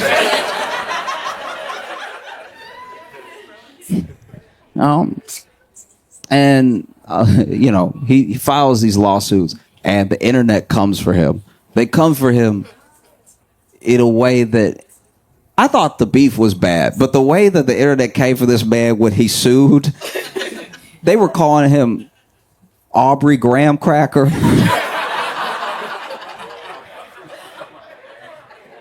They were quoting lyrics from him. It was I don't know, it was kind of hard to watch. Like I don't even like Drake, and I was like, man, this is a lot. This is, but he sues, and I think a lot of people don't understand what the defamation suit is about. Very quickly, basically, he sues first UMG for what he's saying is botting Kendrick, making it so that Kendrick's song Not Like Us is more successful than it actually should have been, right? Making it more popular through bots and through like manipulation because they made it cheaper for it to get streams, which means more people would play it and stuff like that. They lifted some of the copyright so more people would do reviews of it and stuff. And then he sues for defamation, right? And the defamation is still, once again, this is a petition. This isn't like a full-on lawsuit for damages, but it's basically saying that UMG shouldn't have let Kendrick release Not Like Us because of what it said in there about Drake and them knowing that it was false, right? And this is my thing about that. It's weird that he that he sued for Not Like Us but not Meet the Grams, which was so much worse. If you don't know, there's a song called Meet the Grams where like Kendrick talked to his whole family, talked to his son. It was everyone. That's defamation. I felt like he was defamed, as in less famous right then. Like it's kind of wild, But here's the thing. This is why some people are on Drake's side. And I'm not just talking about Drake's stance, right? what he is alleging is that basically UMG, who he's been in this contract with, he got a $400 million contract from them in the earlier part of the 2020s, right? And he made the money back so fast they start renegotiating again. And if you make $400 million back quickly, they probably gonna need to pay you 600, maybe 800, who knows? And that $400 million contract was the biggest contract in music history, right? And so now he's taking these people to task in a way and at a time that is scary for the music industry. You know, music industry is losing market share day by day. I'm a firm believer that no matter what music you like, I don't care what it is, I don't care what genre, you personally, you have not met your favorite artist yet. That's true. You haven't met your favorite artist at all. You have to keep listening. You have to keep looking. Your favorite artist is out there and they're trying to get to you, but there's a machine in the way, right? And so the same machine that built Drake up is the machine that is genuinely in the way of artists who are trying to get to you to be your favorite. Because you already have this connection. You just haven't heard their music yet, but it's coming.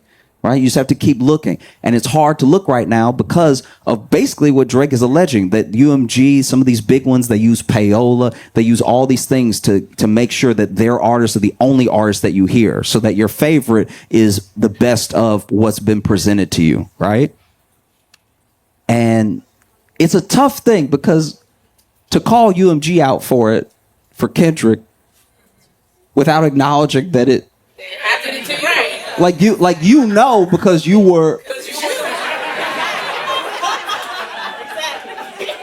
yeah, I mean, like that's a tough one. That's yeah, I mean, that would be like somebody at Goldman Sachs being like, they stealing all your money. I'm like, yeah, okay, all right, I believe you, but weren't you an executive?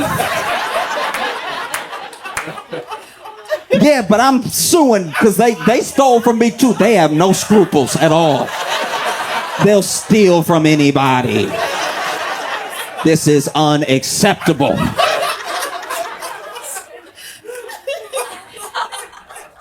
You know?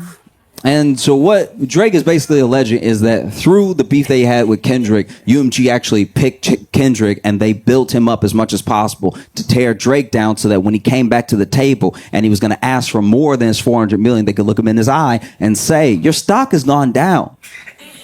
You're not what you used to be. You can't sell the same tickets. You don't get the same streams. How about we give you $350? And it's a lot. It's not the same. It's not the same at all. But it's something similar. I see a lot of what is happening with Drake right now, at least in regards with UMG. I'm talking specifically on this part of the suit, not the defamation, anything. I'm talking about the way that he's in a negotiation with UMG while something else is going on in his life, and it's hindering that negotiation, right? It reminds me of something that happened with Michael Jackson, because Michael Jackson got so powerful with Sony that he both found out and then accused publicly his lawyers and Sony of working together because he was becoming too powerful. He was owning too much. He was owning too much music. This man had the rights to the Beatles. Like, that's crazy. And so he said, Sony is trying to hurt me because they're not promoting my album in an era that didn't have streaming in that way. They botched my album just to try to get things for me that are mine, And it's similar to Drake in a way because both of them were the biggest artists at the time, biggest artists in the world, right? And they're both like,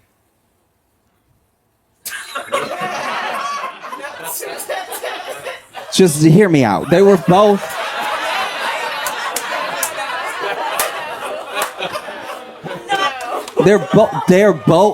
Listen. They're both black men that everyone called white, right? And I think that some of that, a part of that is definitely present in people's feelings on the suit, right? Because there are some people that obviously think it's funny. I kind of think it's funny, you know what I mean? But then there are people who I've heard from and who I genuinely agree with that you can't get away from the fact.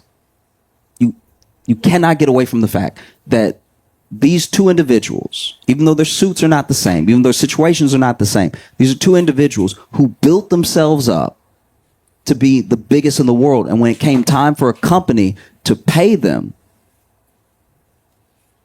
maybe they did whatever they had to do to not have to do that. Now, I don't believe personally, the botting thing, because people genuinely were dancing to Not Like Us. People were genuinely losing their minds to Not Like Us. Like, I guess I believe the bot angle that Drake has if he thinks all black people were bots. Like, that's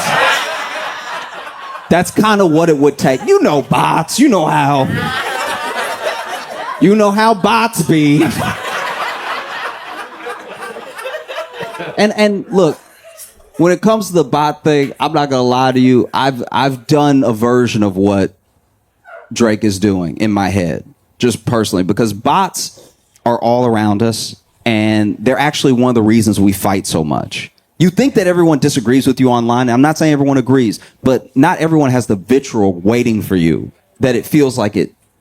We found that a lot of some of the nastiest things that get said online are bots from other countries just to stir people up, you know? And the bot has no investment in whether or not you actually get outraged, but it's just rage bait that's literally made to whether it's to keep you on an app or to distract you. Bots are everywhere, right? And I sometimes take that to my emotional advantage. You know? Like if I get into an argument with somebody online and they make a good point, I'm like, that's a damn bot right there. That's...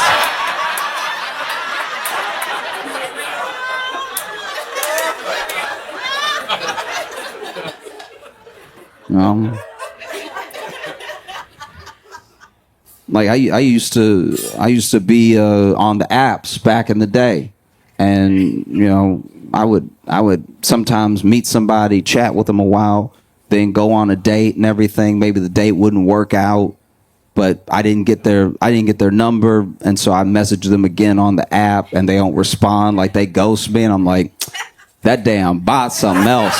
That's...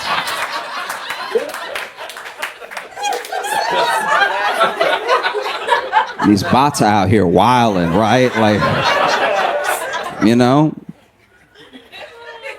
I remember I got to argue with my mom, and she was making some really good points, and she was really like letting me know that she was disappointed in my actions and everything, and really told me why. Broke it down how she didn't raise me to act the way I had been acted and stuff like that. And I went ahead and typed in the text because I saw the text bubbling and everything, and I knew more was coming. And I was like, look, I'm gonna have to cut this bot off. Like this.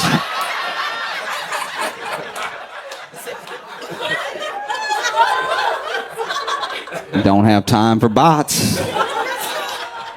It's a good tactic to take. Anything in your life not going the way you want, call it a bot.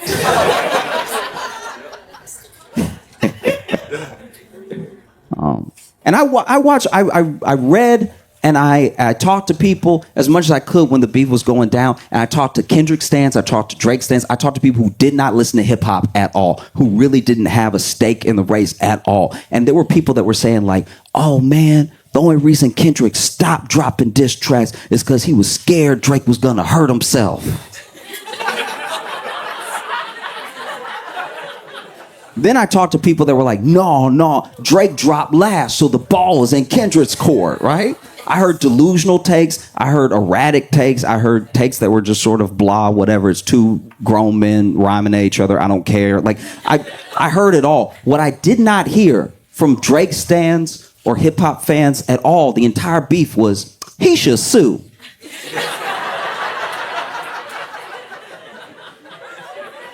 That smells like a lawsuit. Never came out of anybody's mouth, right? And so understandably, there are people that are upset with Drake for suing because it's like, wow, if you sue and then you win, what does that do to battle rap? What does that do to hip-hop? Hip-hop literally has artists talking about other artists being like, I'm going to sleep with your baby mama. Will they still do that if that person can sue for damages? There's something that is that's like linked, that can't be broken about hip hop and a sort of distance from power, right? Like if you're in the streets or if you are street, you're not supposed to be in court unless they catch you. You're not supposed to. You see what I mean? it just feels a lot to me. Everything that's happening right now between Drake, Kendrick, and UMG feels a lot like what happened between Deontay Wilder and Tyson Fury in boxing, right? Because you look at Tyson Fury and Deontay Wilder, two heavyweights. In case you've never watched boxing, I'll make it very simple for you. Two heavyweights in the world that were number one and number two, right? And we rarely get that in a lifetime, that the best in the world is fighting the second best in the world. And Tyson Fury is a world-class boxer, and Deontay Wilder hits really hard, okay?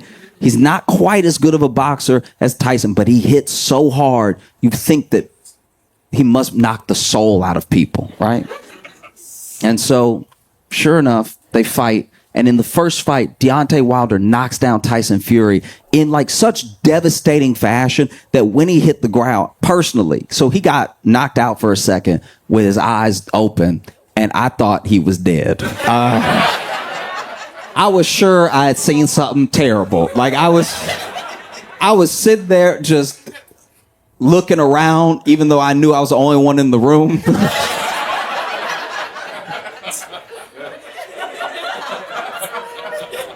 And Tyson Fury had been through a lot. He had battled his way back from addiction, from some serious mental health issues. He talked about wanting to take his life and everything. And this man gets knocked down by Deontay Wilder in one of the later rounds. Even though he had been putting in good work the entire fight, this punch came out of nowhere and it knocks him down. And then out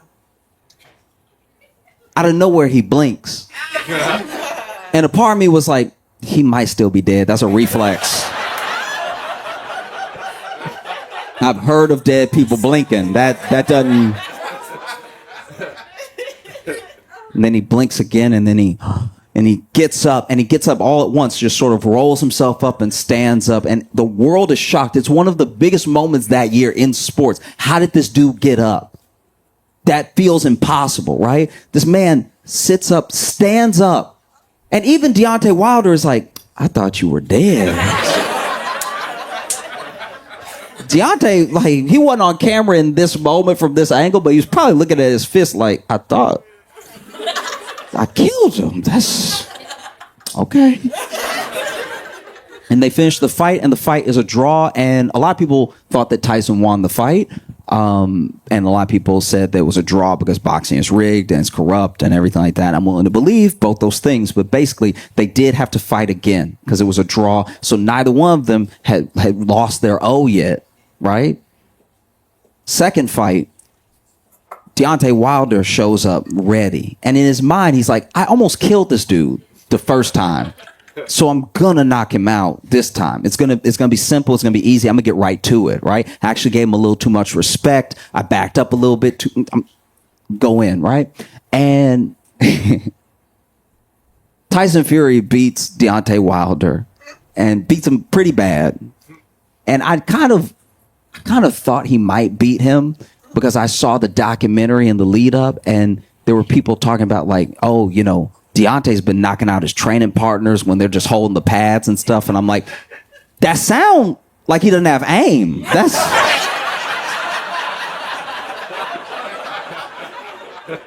You know what I mean? Like, I'm not a boxer, but if somebody holding the pad here and you knock that man out, you missed.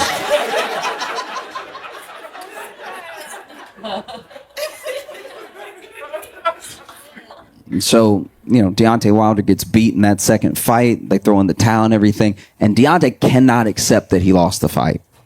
He actually cannot accept it. He literally says, like, no, he must have cheated then.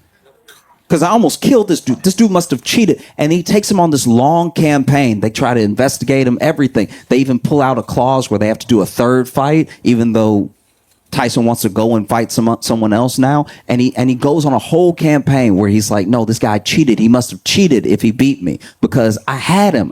This dude, we thought he was dead. I had this dude, and then he just beats me like that. There had to have been something. Maybe he had brass knuckles in his glove. There were all of these theories going around, even in the boxing world and stuff. And that's what happened to Drake. Drake didn't believe Kendrick could beat him. He was like, no, too many people on my side. I'm too popular.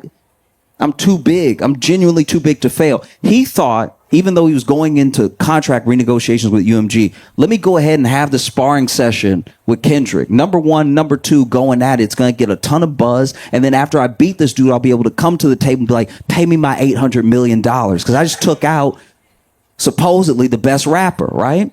And then it didn't happen that way. And so now he's saying, you must have cheated. There's no way, you know?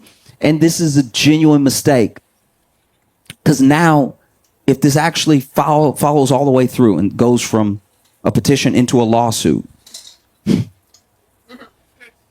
Not Like Us is going to go into public court records. A stenographer is going to have to type out the lyrics to Not Like Us. I don't think he thought it through. Do you know what I mean? Because, and this, look, maybe this is me being a hater. This is me making some assumptions. I'm just throwing it out there. This is what I think. I think genuinely that Drake's lawyer is definitely white.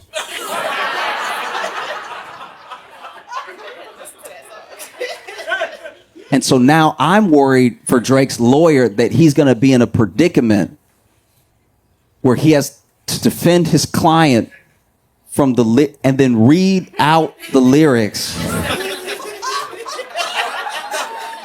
to Not Like Us. Now look, rap lyrics in court is nothing new. Rap lyrics get used to, send rappers to jail. It gets used against them and in all these different ways. It's nothing new. But whenever you're in court and you got to read the lyrics, usually court likes to still keep things proper. So they'll probably do some replacements. You know what I mean? Like, I think when Drake's lawyer gets to the end where he's going to have to be creative.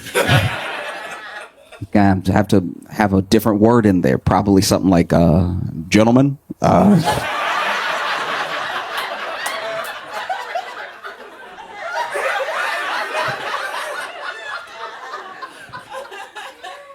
He's going to be standing there having to read the lyrics to make his point. He's going to be standing in front of maybe a jury. Who knows, right? Standing there.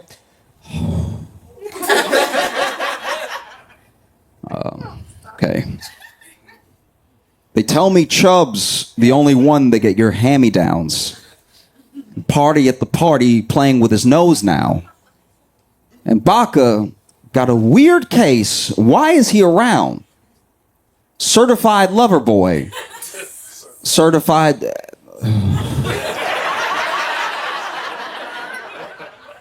Your Honor.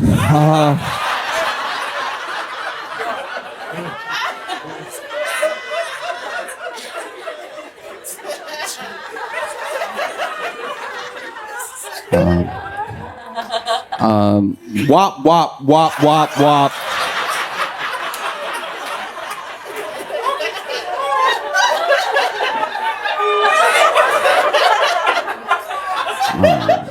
Dot, F them up. Wop, wop, wop, wop, wop. I'm gonna do my stuff. Why you trolling like a female dog?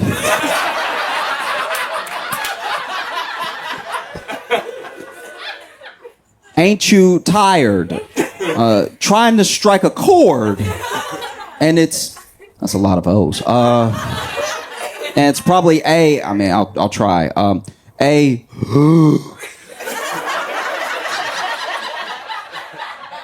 Minor.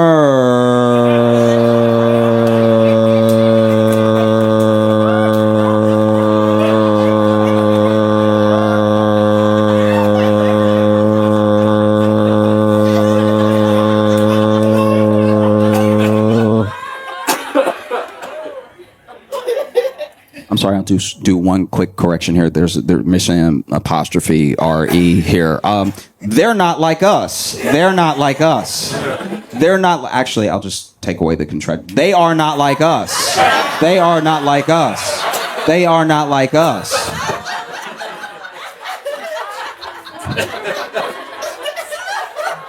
No. It's brutal.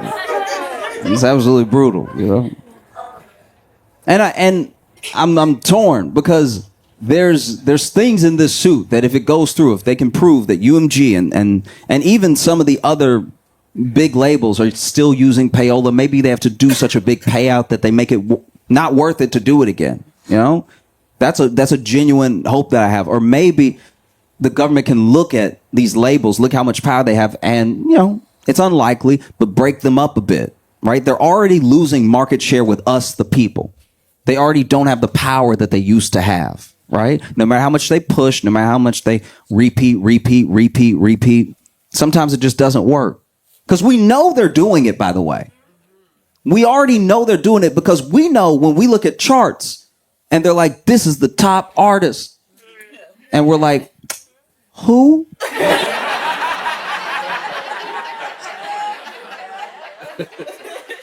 I've never heard of this person at all.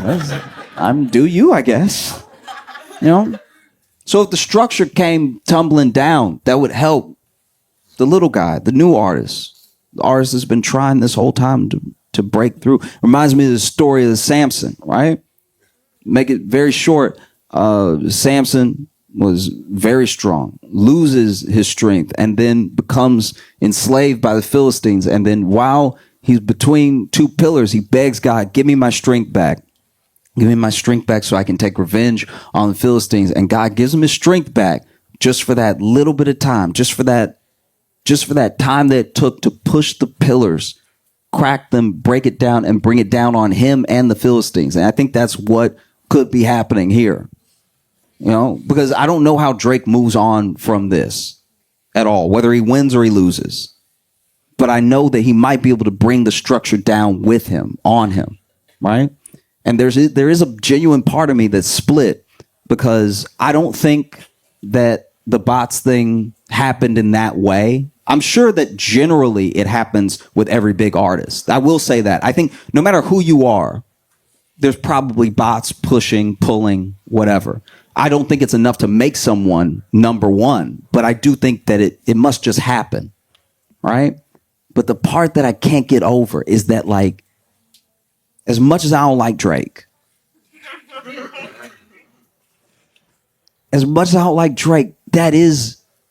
that's a black man trying to get paid what he's worth. You know, he made that money back for them. They should pay him. They do owe him. And I don't think they used Kendrick. I think Kendrick is not only an incredible artist, but he was at the right place at the right time. I think if this beef had happened in any other time, maybe it wouldn't have gone the way that it went. I think Kendrick is smart with his timing. He's obviously brilliant with his music. And I think that he knew this is it, right? You speak on me, I speak on you. But even Kendrick said in Euphoria, still love when you see success, right? His rival, this person he can't stand. So even Kendrick, to some degree, probably thinks, I hate you. Don't get me wrong. If you fail right now, that'd be hilarious. Like, I hate you. But also, you made them that money. You know? Because there's no real proof, which I think actually hurts Drake's case. There's no real proof that he is not going to make a comeback because he's still one of the number one trending artists without releasing an album this year, even as he lost all that stock. And the stock he can get back quickly. I'll tell you how. I don't know if he'll be able to do it, but all he has to do is be like, y'all, look, y'all, could be an Instagram story. He loves that. Instagram story where he comes to us, the people, and he just says, look, y'all, all right, maybe this isn't the way. He got me. All right, I got God. But you know what? I got something for you, my fans. I have new music coming, and I hope you love it. That's it. Let it go. You know what I mean? You got God. This stuff is way weirder. You're clearly spinning out. If anything, it makes me more afraid of Kendrick because you gotta remember first lines of Euphoria. Superpowers getting neutralized. Famous actor once knew was looking paranoid. Now he's spiraling. Who lets you sue as a rapper? You gotta be spiraling to do it. That's like being a bona fide gangster and getting shot and then being like, police!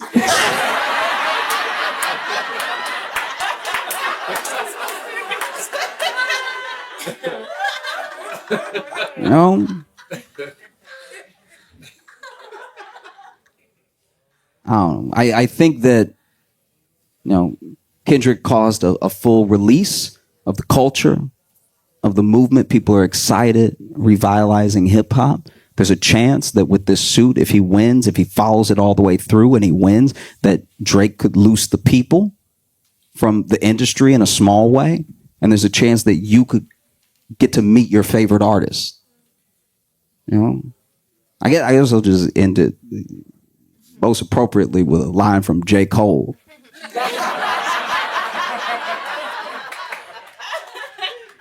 I love to see a black man get paid.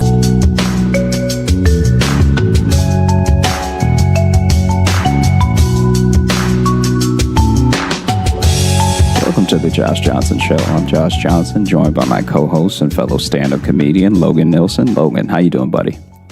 I'm good, man. How are you? I'm tip-top. Great.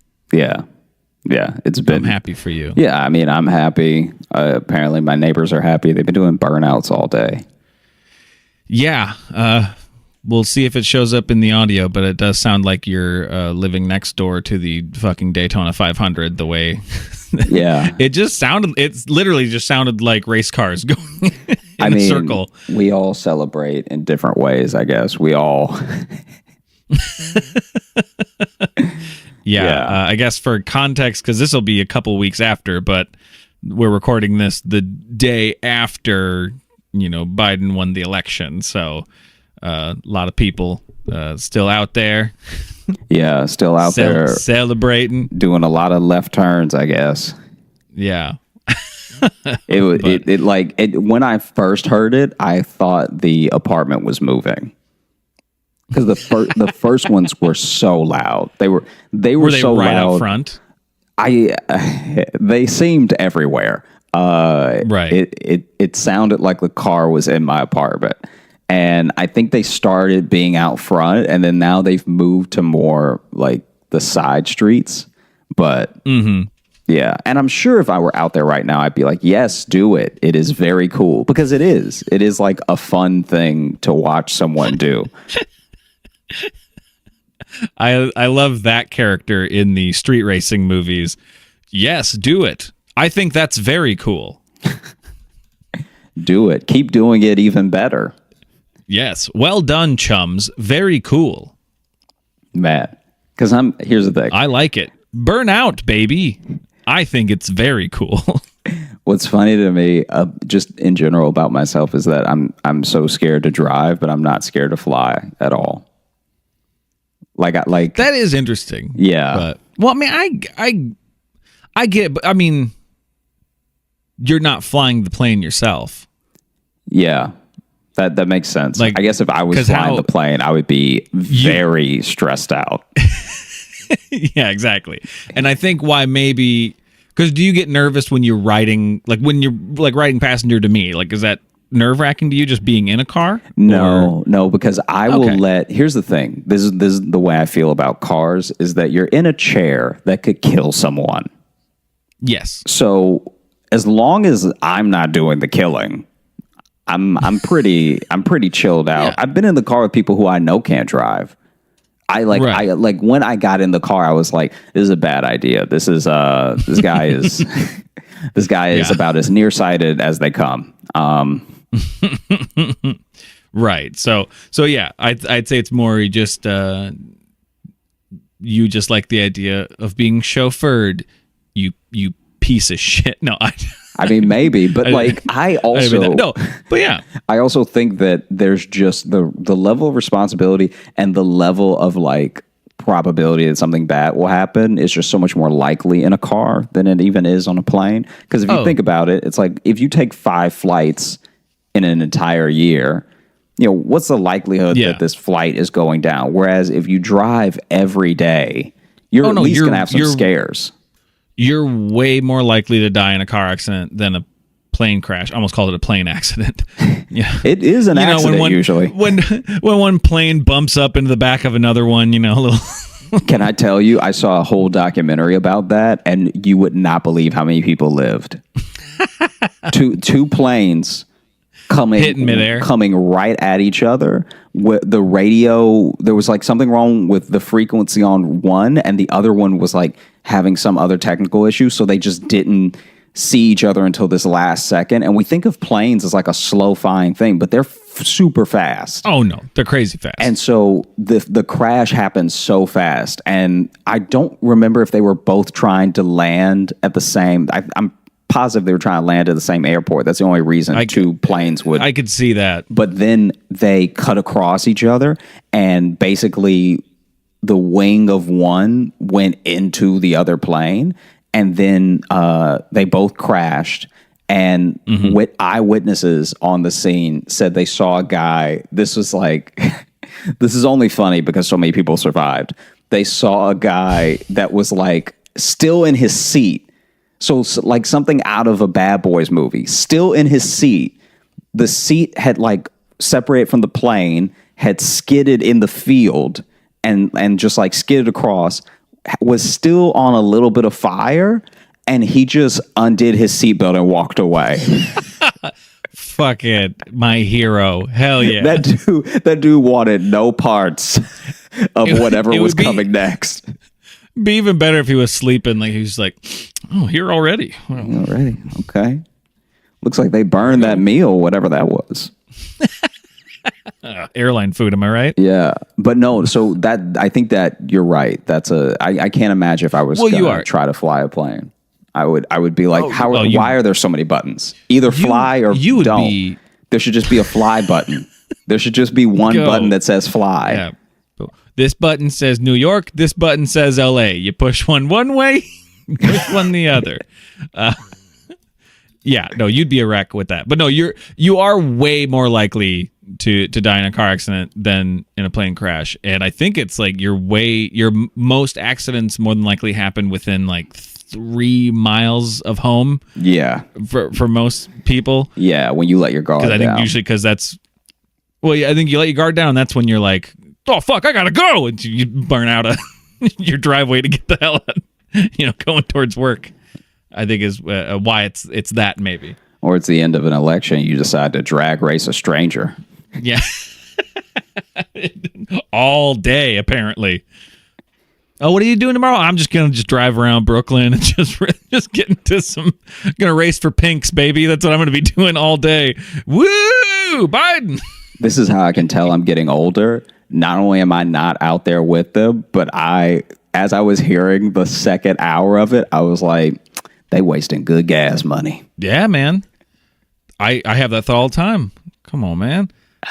I don't know. I also like it's interesting with all the, maybe we don't want to talk about this because it's topical news and this will be already a couple weeks after, but the interesting thing with all of the celebrations that happen, which like I'm not trying to rain anyone's parade, but like we talked about a little bit ago, but it's like I was immediately seeing videos of like, all right, we're all getting together and we're hanging out now. And seeing in every single video, every story I saw posted, people weren't wearing their masks. I'm like, guys, you guys were the ones who were angry the whole time. Like, we can't now be like, pandemic over now. Like, no, it's not. It's very much not. Yeah, it's the equivalent of being so excited you run out into the middle of the street to scream, but you are in traffic now. Right. Yeah. So I don't know. I hope people are celebrating responsibly, I guess, which again, this is going to be in the future of them doing it. So this does nothing for anyone. It's been a wild weekend. It's been a weird one. It's been a strange weekend just because like my girlfriend had to get tested for COVID. She got exposed at work. Which she's a nurse, but it was like a patient that she had who then was negative but tested positive later, and she had all of her gear on. That's why she was fine, but they had her get tested. And when you're waiting on that result, and it's not even for me, but it was like if she has it, then like I gotta get tested. And then, being a substitute teacher here too, then it's like, well, then I got to talk to like the contact tracer person for the Mitchell County Health. And it's just like, it immediately, I was just making a list of stuff in my head being like, I hope I don't have to do all this shit. Like, I also hope my girlfriend's not sick because that would be devastating. But also, I don't want to do this stuff. This is more people I got to call and deal with. Also, I really hope my girlfriend's fine, but I don't want to make these phone calls. but also paperwork. Shit. So she's fine, by the way. Her test came back negative. She's fine.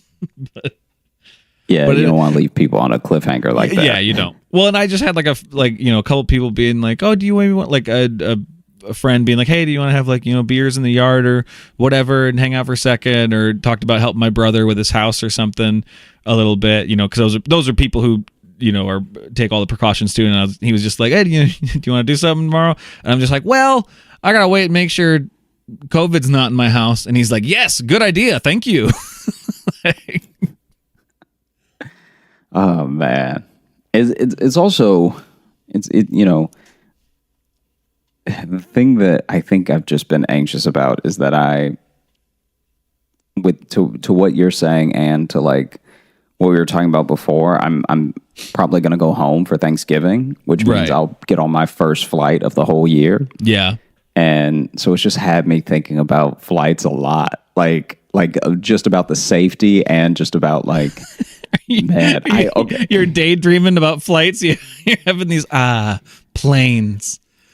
Because I normally love to fly. I really do. You buckle up for a movie that's not going to be that good, but it's free, so you don't have to stress about it. Yeah, I fell asleep during Star Wars Solo. One of my last flights. That's the last movie I watched in a plane was Solo. At the beginning of it was very bad. Then I fell asleep, woke up, and there was some cool shit happening. I'm like, hey, this movie got good while I was asleep. While I was gone, y'all really turned this around. You guys really read the room.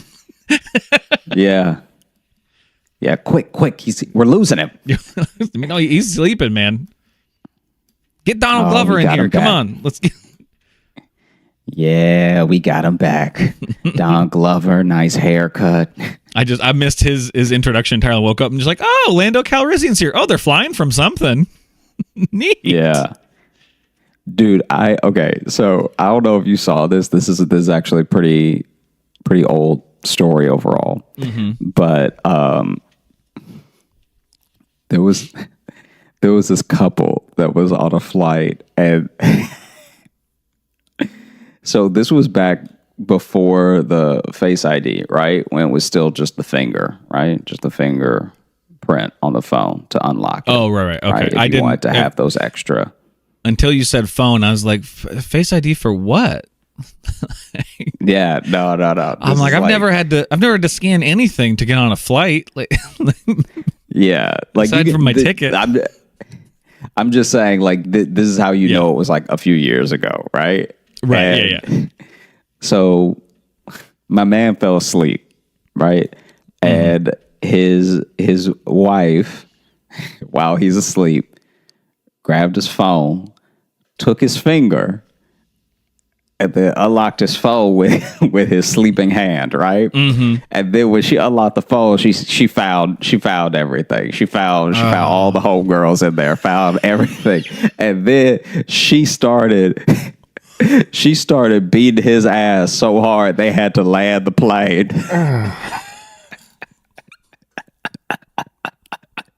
Wait, was this someone you knew, or was this a story?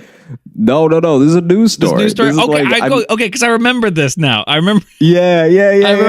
Once you said they had to land the plane, I remember hearing about that story. Because then this what's so funny to me about it, right? Is that so she already found everything out. So he probably been sleeping pretty peacefully for a minute because it took her time to like read through everything. Right. Yeah, you know I mean? Like she didn't just open the phone and then just start beating him. She wanted to get all the evidence. Right. You know? Yeah. And so she's delving in. She's finding whole friends she didn't know about, conversations. She's reading through. She's getting paragraphs in, right? Yeah. So the other reason it makes me laugh is because like you as the dude don't know what she knows, right? But she is so angry that she's not even like playing the you know when you're just caught when someone's just caught you and so they ask you some leading questions so that you can tell on yourself. Yeah. She's not even doing that. It's doing the Columbo, just like so. One more thing. There's one more thing that I want to ask you about. Who's just waiting to catch Janice? you? Who is this Janice, and how do you know her? And so She looks like a hoe. I just want to say. Columbo got all the receipts.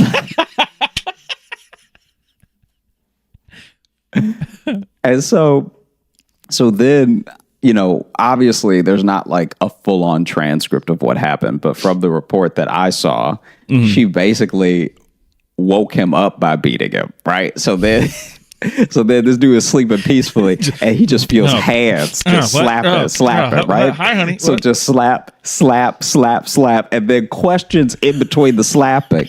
But he doesn't know, like, not only is he going to try to lie first, but he probably doesn't even know what she's talking about because he doesn't know that she knows.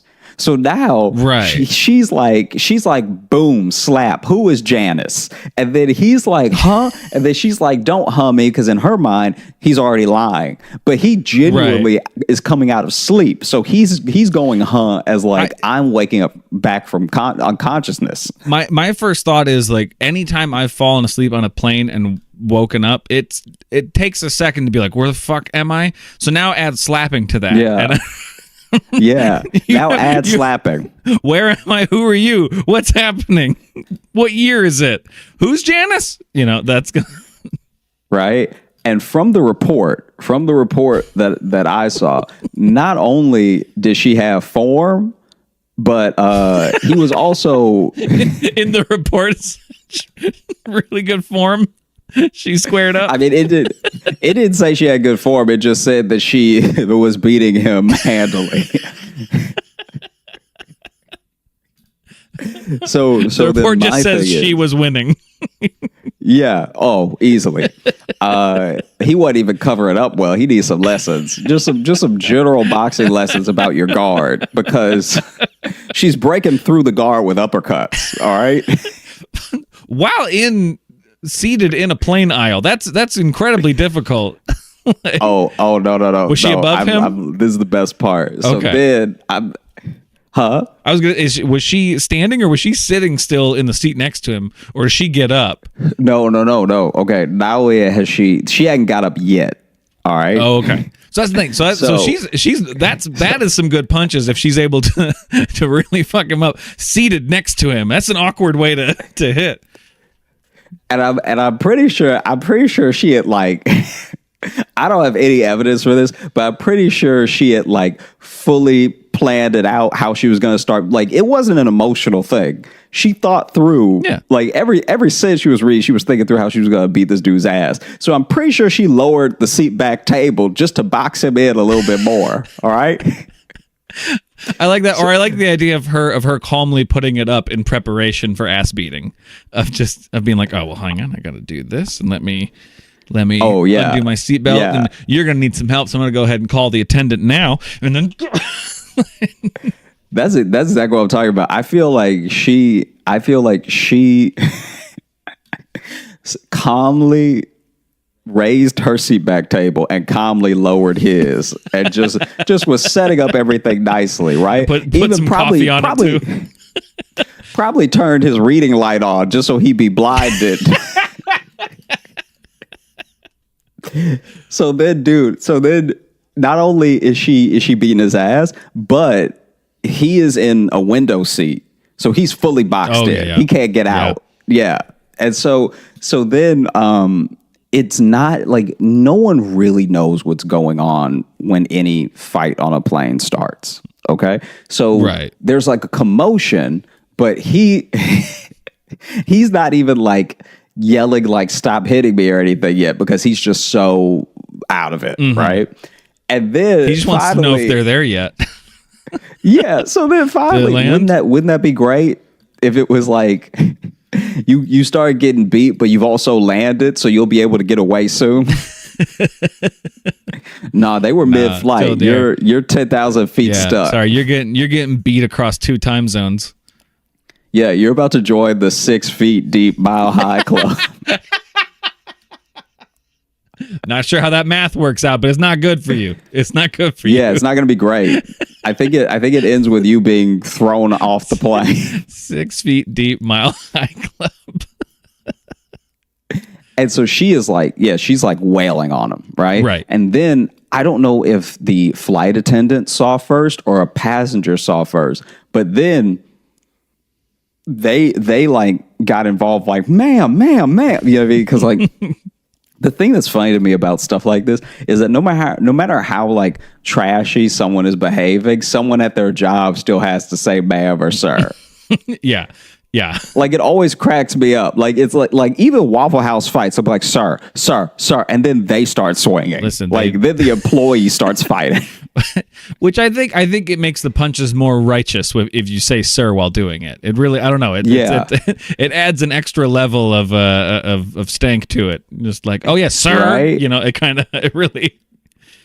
And so then the combination of respectful and disrespectful in one is a beautiful thing. Yeah. Because like this is my thing.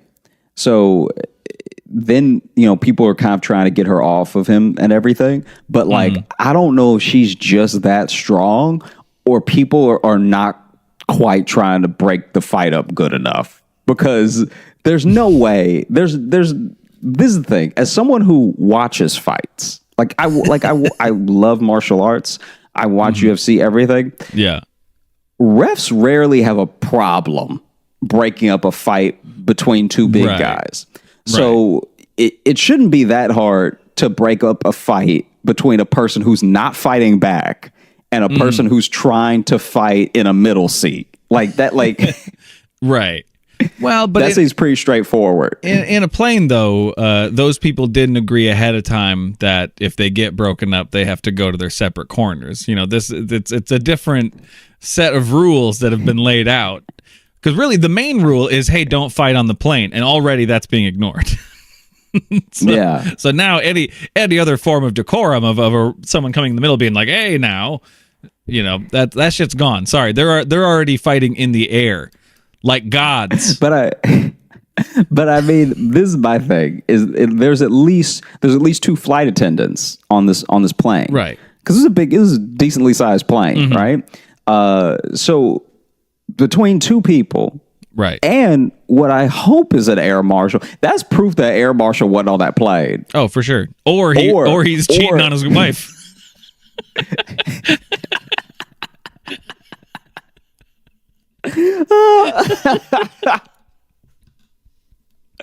So then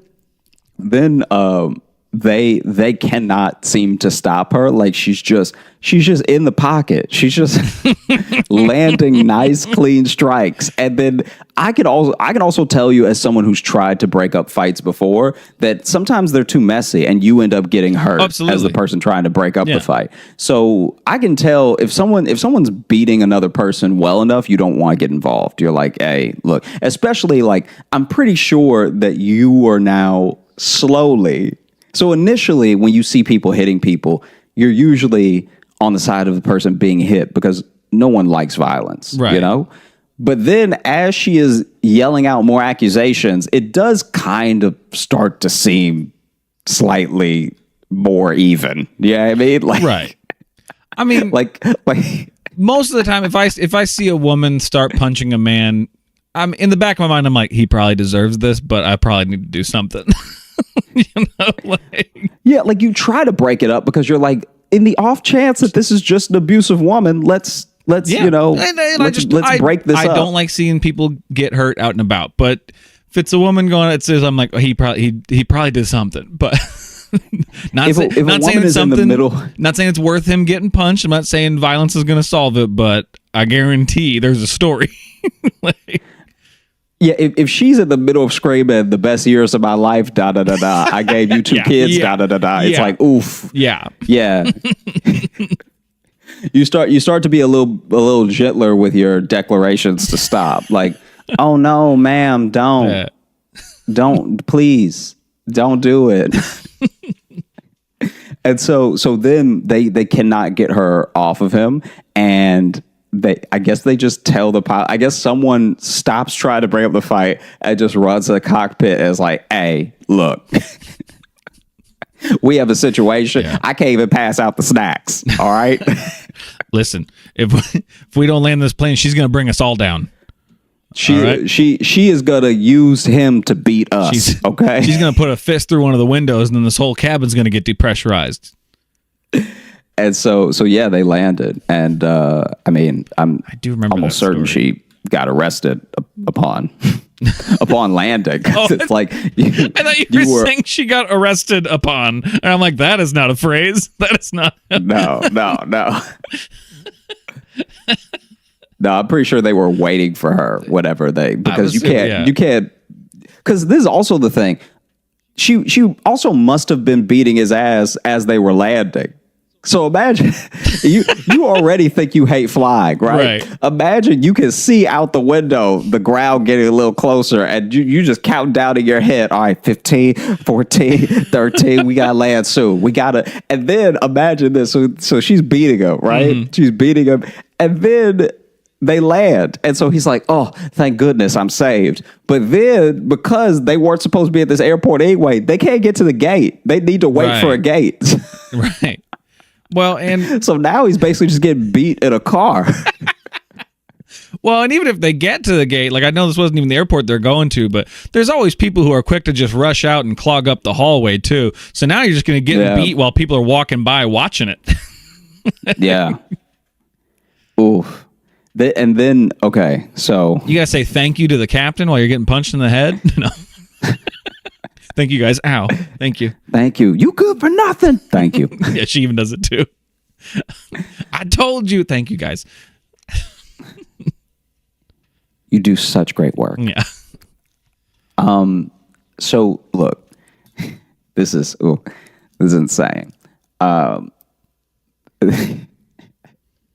This next story I was not here for. I wasn't on this flight, but my buddy Al from Chicago said that I could tell it because he was like on the flight, and it's. I'm sure that it didn't have to get this crazy. It's basically just one big misunderstanding. But a guy was sitting in what I think he must have been like first class for it to transpire this way. So yeah, I think he was in first class. Because everyone was throwing money at each other. No. You'll see. No, But basically, this guy on his flight was sitting in the front of the plane, if not first class, as close to. And this guy falls asleep during the flight. And while he's asleep, he's like out, right? So and I don't know if he has a condition or whatever, but he's so out that even when the craziness starts, he's still out. Like he's like, I don't know if he took a thing to sleep through the flight or something, but he's completely gone out of the picture. Okay.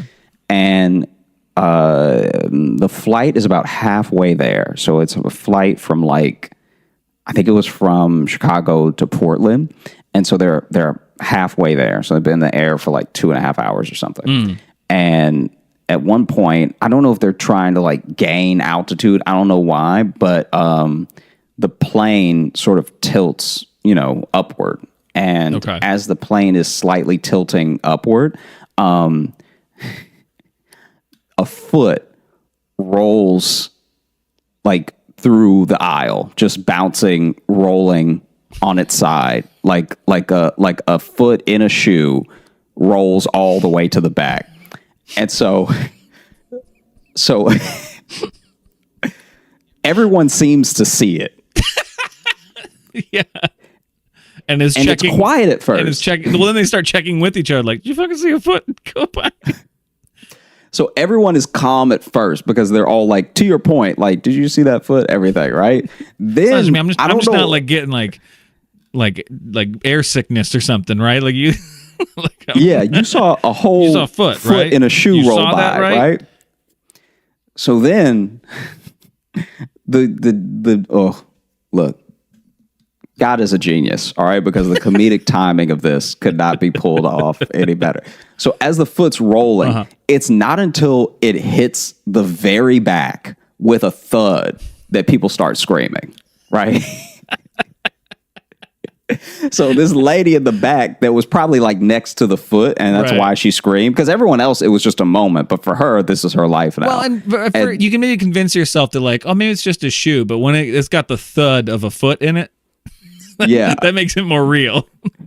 Oh no! And Oh no! so- It's got foot in it. So then this is man. Okay, so then it plops next to her. She sees it, looks down, screams, right? So as she starts screaming, everyone else on the plane that saw it is like, yes, that must have been a foot. That was definitely a foot then. And so then they start screaming. Well, if you don't And mind so me, I will then- join in the hysteria.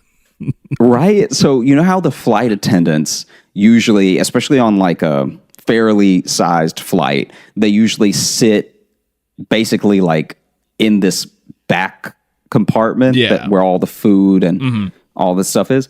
So then the flight attendant comes forward from the back and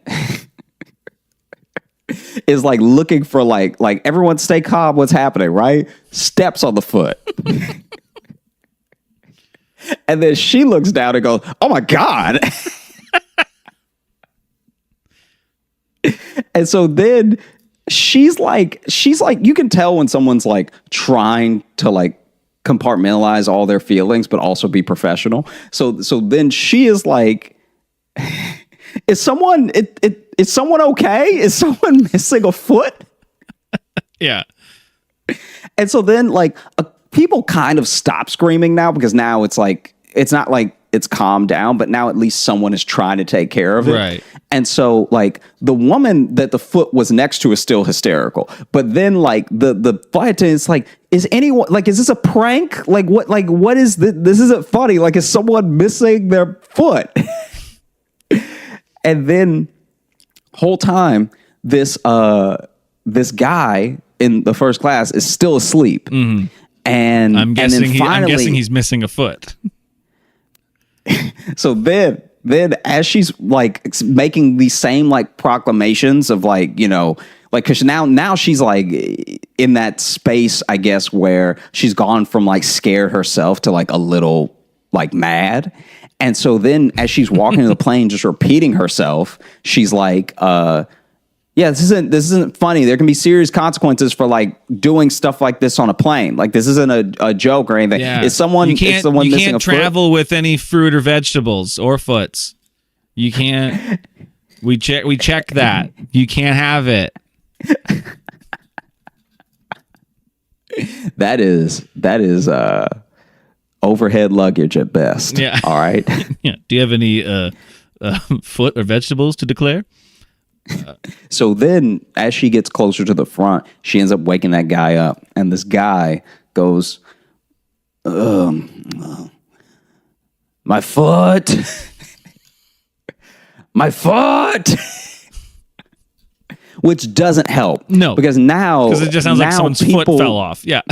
Yeah, now people think his foot was taken from him or cut off or whatever. So now people start screaming again. Oh, Jesus.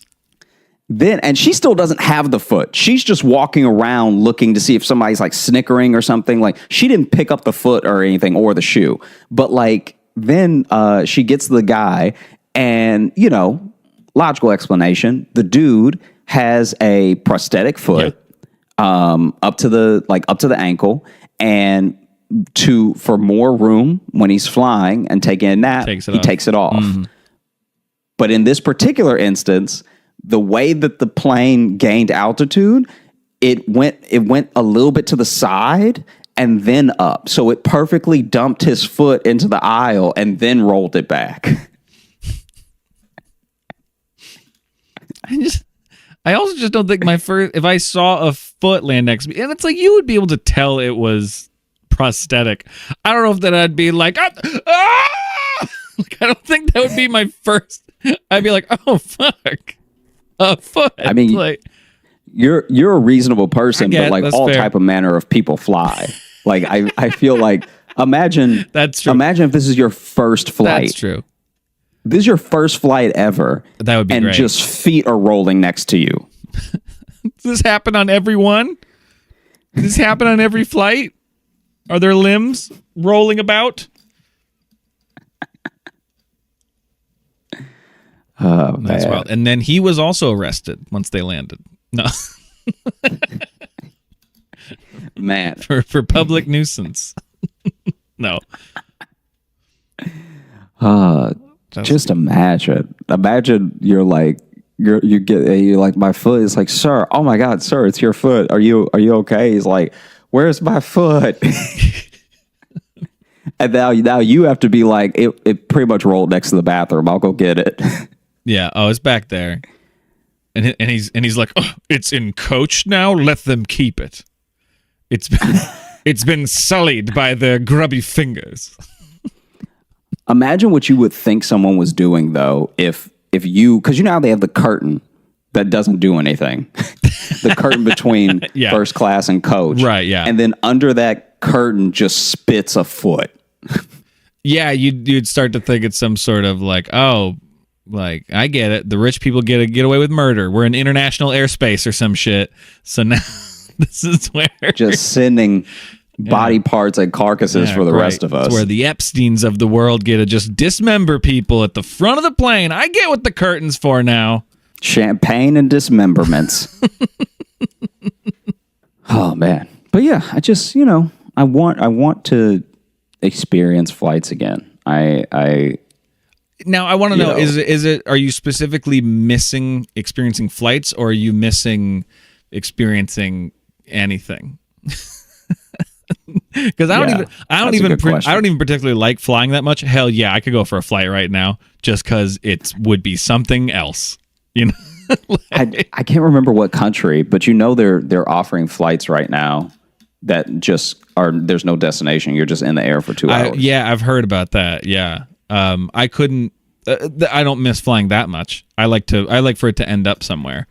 I don't want to just be. I don't want to just sit in an elevator for 3 hours. I'd rather, end up somewhere. Imagine that's the flight you get a migraine on. The flight to nowhere that's not going to land for another hour. Or what if you're doing that flight and you're like, "There's a fucking baby on this one too? Why?"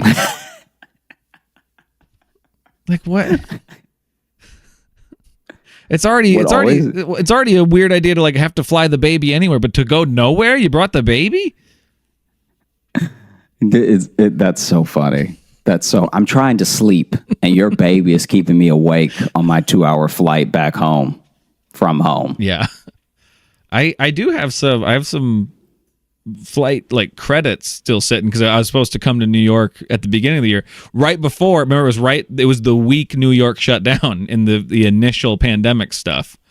But so I was going to come out and stay with you and our buddy Steve Malloy. I was going to come out for a bit, and then I remember you and Steve both called me being like, "Yeah, I don't know if now's a good time. It seems to be getting a little weird here with this whole coronavirus thing." And then it was like, I literally canceled. I was like, yeah, I'll push it back. And I delayed the flight. And then it was just like, oh, by the way, New York's closed.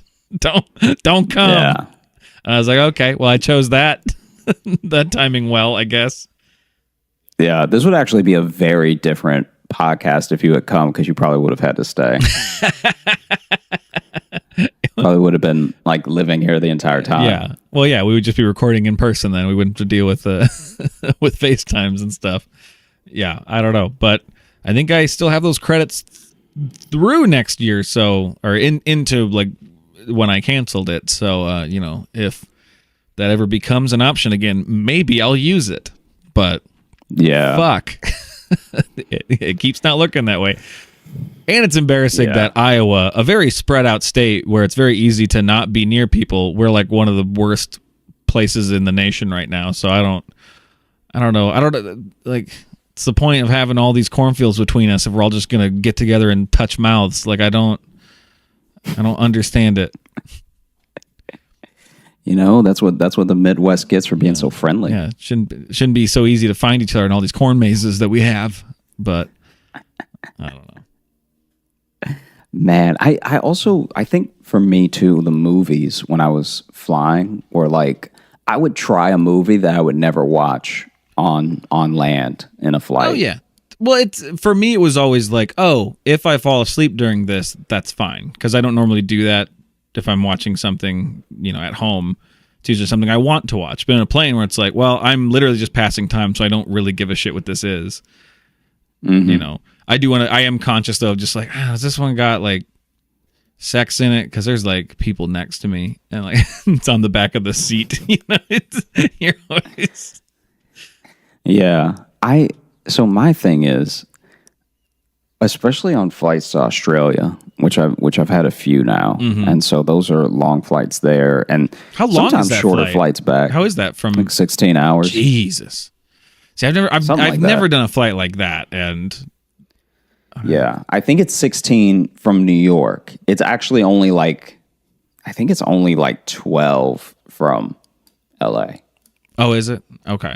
I think so. Yeah, Because I And- always thought it was like Australia to LA was like one of the longest flights, but I suppose that makes sense. And when I fly to Australia, I get work done with movies. Oh, I'm like, yeah. oof. I watched Cabaret for the first time and the entire Pitch Perfect trilogy. I got off that Yeah. plane singing. Yeah, man. Wow. What an interesting marathon to have. I mean, you also only have as many options as they give you No, unless for you sure. brought your own iPad. For So, sure. like, Yeah. I think Qantas just had a deal with somebody. With Anna Kendrick. I'm gonna be right back just because my computer's about to die. So I'm gonna. Motherfucker. I've told you to plug it in before we start. It's annoying to edit around. He always does. Yeah, I'm not going to cut it out. This time I'm not going to cut it out. I'm going to let you guys know what I deal with. He'll just suddenly, in the middle of a thought, we'll be talking about something, and he'll just go. He's got to do something else. He's got to plug something in. He's got to take a call. He's got to go grab something. He's foolish. He's foolish, and he's inconsiderate. And he's putting his headphones back on right now. Hey, buddy. I wasn't talking about you. You're a monster. I don't know what you were saying, but I can tell you for a fact it wasn't true. I didn't say anything, man. I was just waiting patiently. Just waiting patiently for you to plug your computer in the middle of us talking.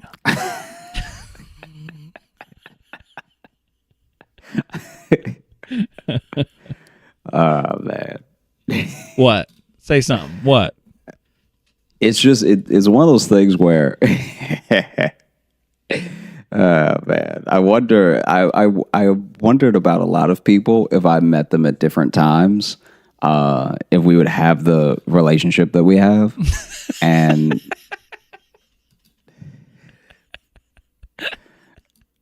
Oh, you say?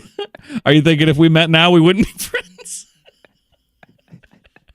no, I don't think that. I actually wonder. I think there are certain people you can meet too early though. Like I can tell you Oh, yeah. that when I was in college, some of my best friends to this day, right? Mm-hmm. This is like this still cracks me up.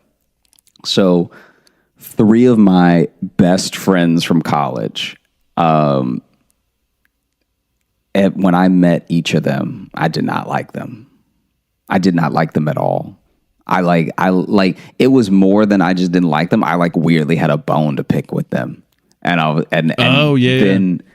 And then we got over it, and like 2 of us joined the same fraternity, and then the third one, like we all, you know, I want there to come a day where we can all just chill again because, you know, we all live in different places now. Like two of them are still in Louisiana, and one I think he's in Mississippi now or something, and I'm in New York, but it's crazy. And we've had a conversation about it. Like one of my really good friends, I remember when initially when I saw him, we had a class together. That's like how we met. Yeah. And it was like this orientation class or something. And I said, hey, because, you know, just trying to be friendly, make friends. I don't know anybody. He didn't seem to know anybody. And like he looked at me and then he just turned away. And in my head, I was like, Jeez. this bastard, I can't believe the nerve of a person to look at you and not acknowledge, because it was just a deadpan face. And then when he tells it from his perspective, he he had been having a terrible day, right? He had been having the worst day, and he was darting around looking for, I think somebody was supposed to bring him something. Basically I don't know if he hadn't prepared to basically come to college that day. It was because, we're all from Louisiana. Right, yeah. So we all had varying degrees of travel, and some people only had to travel for an hour. Mm-hmm. So I think that he was looking for someone that was supposed to bring him something, and he was just looking around, darting around, right? So then when I said, hey, it was in the middle of him looking around. So he's like, I didn't even hear you. I'm just in a panic and I'm sweating. And then I look, and as I'm panning with my eyes across the room, you say, hey, and I just turn back around. And then we didn't even get to strike up that conversation for a week, and I hated that dude. I was like, what a monster. Because in that moment, he reaffirmed every fear that you have when you're trying to meet new people. Oh yeah, absolutely.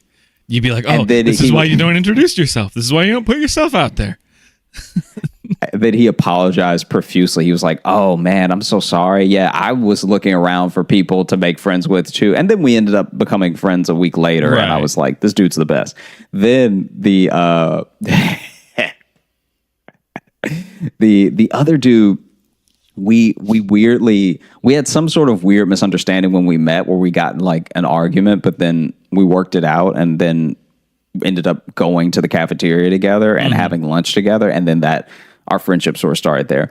But then the third dude is Donovan, who I've mentioned multiple times in multiple scenarios. I want to meet him. I've heard a lot of stories about Donovan, but he's one of your friends I haven't met yet. Dude, you'll love Donovan. You're a dog too? Donovan, I was trying to. Yeah. Oh, now there's a dog. Yeah. I guess the dog just heard that Biden won. It's losing it.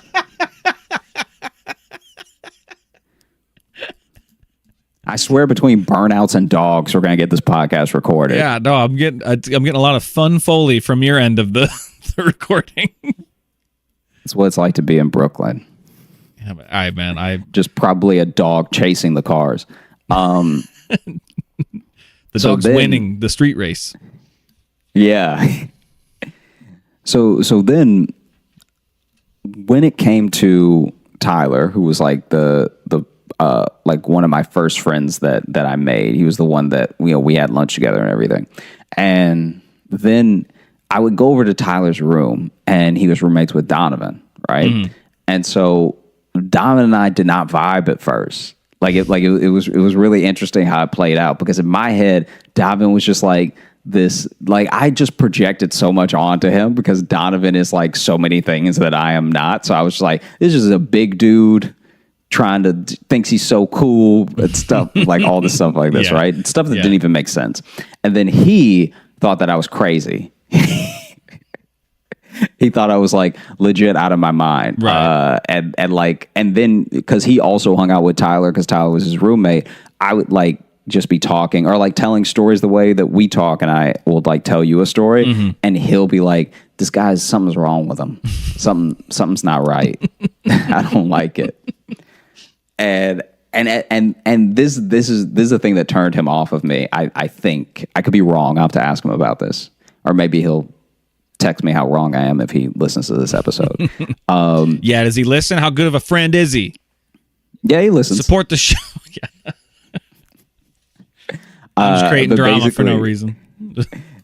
Basically, there was a day where I was hanging out with Tyler and Donovan and everything, and earlier that day, I had seen, which is I've never seen it since. It's crazy. I had seen two squirrels running after each other, and they looked like they were about to mate. It looked like some sort of mating thing, because they weren't fighting over anything, but they were running around each other and then rubbing up together and then running up the tree and everything. Yeah. And then just when it seemed like those squirrels were about to get busy, an eagle swooped in and snatched one of them. The ultimate cock block. Yeah. And so, and the squirrel was fighting, and it drew a small crowd. There were 10 of us who imagine, were oh my gosh. Imagine as a human, you're about to fuck someone. You and another human, you guys are in a bedroom and you're ready to get busy, and then suddenly she gets killed by a tiger. That doesn't care about you. Doesn't care about you at all. The tiger just came and went for her. So It's going to take a few seconds. You're just going to go, whoa! Because I'm younger and I'm not as self-aware and probably a list of other things. I didn't tell that story the way I just told it to you. Right. I told it from the shell-shocked perspective of someone who just saw it happen. Okay. So then when I came to the lunch table, I sat down and I was like, Tyler, somebody was like, hey man, how's your day going? What you been up to? Like, how are classes? And instead of addressing any of those questions, I just went, yeah, I saw 2 squirrels trying to bang and then an eagle came out of nowhere. And I'm pretty sure one of them's dead. And the lunch table was silent. And I'm not self-aware enough to know that I've just like kind of ruined everyone's day. And so I'm just sitting there with like the reality of like what I witnessed. And Donovan is like, this guy, there's something wrong. I don't like it. This is bad. No. I'm trying to tell y'all now. If that was the only view I had of you, yeah, like that's how you write a character in a TV show that you want to have be off-putting. Is you have them walk up to a table and just rattle off some random not fun things. I definitely learned how to clear a room before I learned how to work a room. So and this is my that's good. This is my friend Josh. Did you know goat testicles are called Rocky Mountain oysters? Okay, well. Because I also wasn't looking at anyone when I said it, so it just made it that much more like terrifying, creepy, whatever. So then Donovan was like very put off of me, and then yeah, you got that. Josh, you walk around with that school shooter vibe. That's what you got going. And then I made it worse because he I don't know. I think he felt like because he thought I was crazy, he needed to be a little bit more like. I'm trying to think of how to put it. I think he felt like he needed to show he wasn't scared of me, which is already not necessary because he's like 6'4". Yeah, he's a big dude. I'm not. I think he thought I would bite him or something because I'm not a big man. So I don't know why you would be scared of me. Well, someone who walks in with that energy though is probably into swords. Yeah, that's fair. So you gotta watch that kid. Yeah. So then basically there was one more instance where I did a crazy thing and then he matched me horribly. So I was alone with Donovan in Tyler's room because we were both waiting for Tyler to get back so we could go to a concert. Was it like a dorm? And yeah, it's a dorm, right? So because there was an apartment, but you guys decided to sit in his bedroom. No. It's a dorm. I'm just helping paint the scene, buddy. You're good. Yeah. And so basically, I shown up to Tyler's dorm room, and then Donovan answered, and he was like, "Oh yeah, Tyler's not here yet, but I guess if you want to wait for him, are you going to the concert too?" And I was like, "Yeah." He's like, "I guess if you want to wait for him, you can wait here." And so I sat down and waited, and then he was sitting on the bed.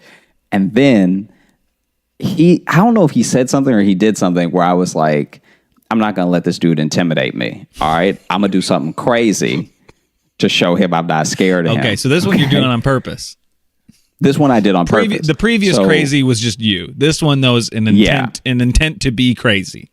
Okay. Yeah. So then Kanye's 808 Heartbreak had just come out, right? And I worked at the college radio station, so I got an early copy of it. Okay. So as I was listening to it, I played it loud and I sang this one lyric because I was like, all right, this will really get him, right? And it's the thing from Say You Will where Kanye's like, when I grab your neck, I touch your soul, right? And so then I just sort of low sang that. And David just stared at me, and I stared at him, and I was like, I felt like I should have said something, like I should have said, like, "What's up?" Yeah, but like I didn't say anything. Then he was like, "You know what? I'm not gonna let this little dude intimidate me. All right, I'm tired of his crazy ass, and I'm gonna show him I'm not scared of him." So then we both get a text from Tyler, like, "Hey, I'm not coming back to the room. Just meet me there." So then we head out together. As we go to head out together, he's locking the door room, like he's locking his door. Yeah. And I'm like, "Ow." And he turns around, he's like, "What happened?" I was like, "Oh, I think a mosquito bit me or something." Cause like I'm really itchy all of a sudden and everything. And he just looks around, eyes wide, darting, and then sees the mosquito and goes, "You hurt my friend." And then he punched the wall as hard as he could. And then when he moved his hand, there was a dead mosquito on the wall. And I was like, "Oh yeah, I don't want these problems." That's terrifying. And now months later, when we're actually all friends, like me, Eric, Tyler, Donovan, we had this conversation where I explained why I did what I did, and he explained why he did what he did. And it all made sense after that. No, it didn't. I can tell you right now, it did not make sense. It did. It wrapped it up with a bow. The story is perfect. Absolutely does not. It does not wrap it up. It landed perfectly, like a plane. Well, they do most of the time. So wait, then after he punched the mosquito, then you were, because all you said was, "Oh, I don't want these problems." Were you guys like friends after that, or did you just decide like, "Oh, I'm not going to try to intimidate him with Kanye lyrics anymore"? I'm gonna give him some distance. Like you just crazied each other into friendship. This is two people enacting Stockholm syndrome on each other. Like you guys held each other hostage with your separate crazy. Yeah. And then I guess we're friends now. Yeah, because I feel like we still weren't friends for maybe one more week after that happened, because I was like, when he punched the wall, I was like, "Oh wow, that was extra. Oh geez," because it shook the wall. Like he's a big man, and then when he moved his hand and the mosquito was there, I was like, because he didn't even say like "got it" or any, like he didn't even seem excited. He was just like, he punched the mosquito and then was like, "Let's go." And so then I was like, "Yeah, this dude is crazy. I don't want to have anything. This is terrifying."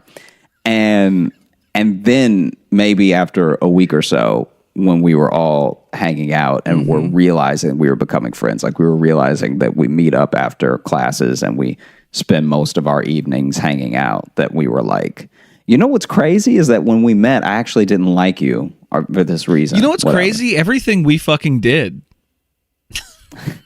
Wasn't that crazy? That thing you did with the Kanye lyrics, that was weird, super weird, really weird thing to do to another human. Yeah, but I had explained why I did it, which was like, "Look, I couldn't just have you being taller than me and like running around here." I know it'll sort out this height difference. Some Kanye West. That'll really sort out the height differential. Problem solved. Because I'm gonna say, when I grab your neck, I grab your soul, or whatever. That'll knock him down about 6 inches. That'll do it. Yeah, because crazy has no height. Exactly. Oh man. Well, I'm glad you guys made it. I'm speechless. Yeah. I'm glad that we made it. I'm glad the neighborhood is happy. I'm glad that, I'm glad they're still doing burnouts. They still have gas money. Yeah, I heard that going again. Biden Harris 2020. We out here. Jesus Christ. We've been getting a lot of emails and like reviews lately about people just saying they appreciate my genuine concern for your stories. I'm excited when we start putting up the video elements that people can see me in real time struggle with some of these stories. Because all I could do for a minute there was just cover my face. Well, that's interesting. Did you ever? I feel like you and I just became friends very quickly. We were kind of fast friends. Did you ever have any moment where you thought you'd have to intimidate me? Was there ever a moment you're like, I maybe gotta bring this guy down a peg with some dark lyrics? No, you only got like 2-3 inches on me, so I think we were Gucci.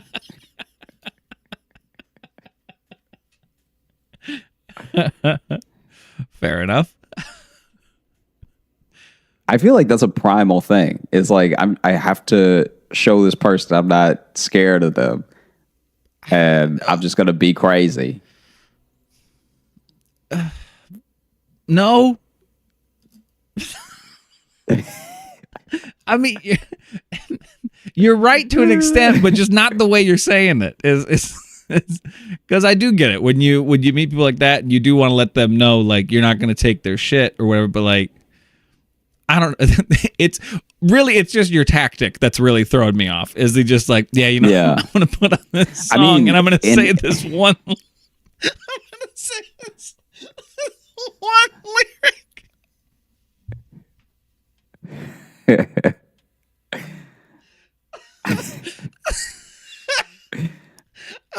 I'm gonna mutter a threatening song lyric to get his attention. As I'm sitting in his dorm, I'm gonna go to his dorm room where he lives and feels safe, and I'm gonna mutter a threatening song lyric to this guy just to let him know I'm not scared of him. So I should also point out that he actually hadn't done anything expressly intimidating until the mosquito thing, which is kind of after 2 of my things. So, in retrospect, he didn't do anything wrong. No, you came out swinging with Crazy Bud. The first Crazy was completely unintentional. Wasn't. That first one. That was. I saw the thing and then I was shooken up by it. Yeah, that was. You just had squirrel sex PTSD, so that's what happened there. The second it was like one, watching the documentary without David Attenborough. It's like nothing was cute about it, nothing was cool about it. It just was just sex and murder.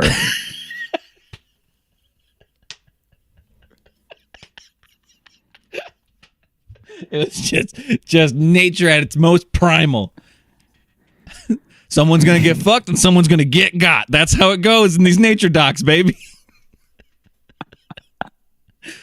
Oh my God. Yeah, okay. I don't know how much more time we want to spend on this, but walk me through just again. What caused you to do the Kanye thing? What made you I don't remember if he had said or done anything extra. I think I just felt his vibe off of that cafeteria moment, and then I was like, how separate were these instances? How like days. Like days. Okay. So you walked into his dorm being like, he's still weird about the squirrel thing. I better threaten him.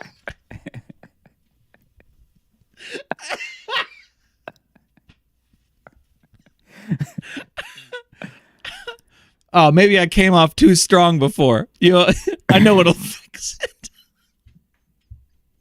This is all I'm saying. All right, I'm just. Jeez. Okay. Look, this is. I'm sorry. You broke me with this one, bud. I don't know. It is.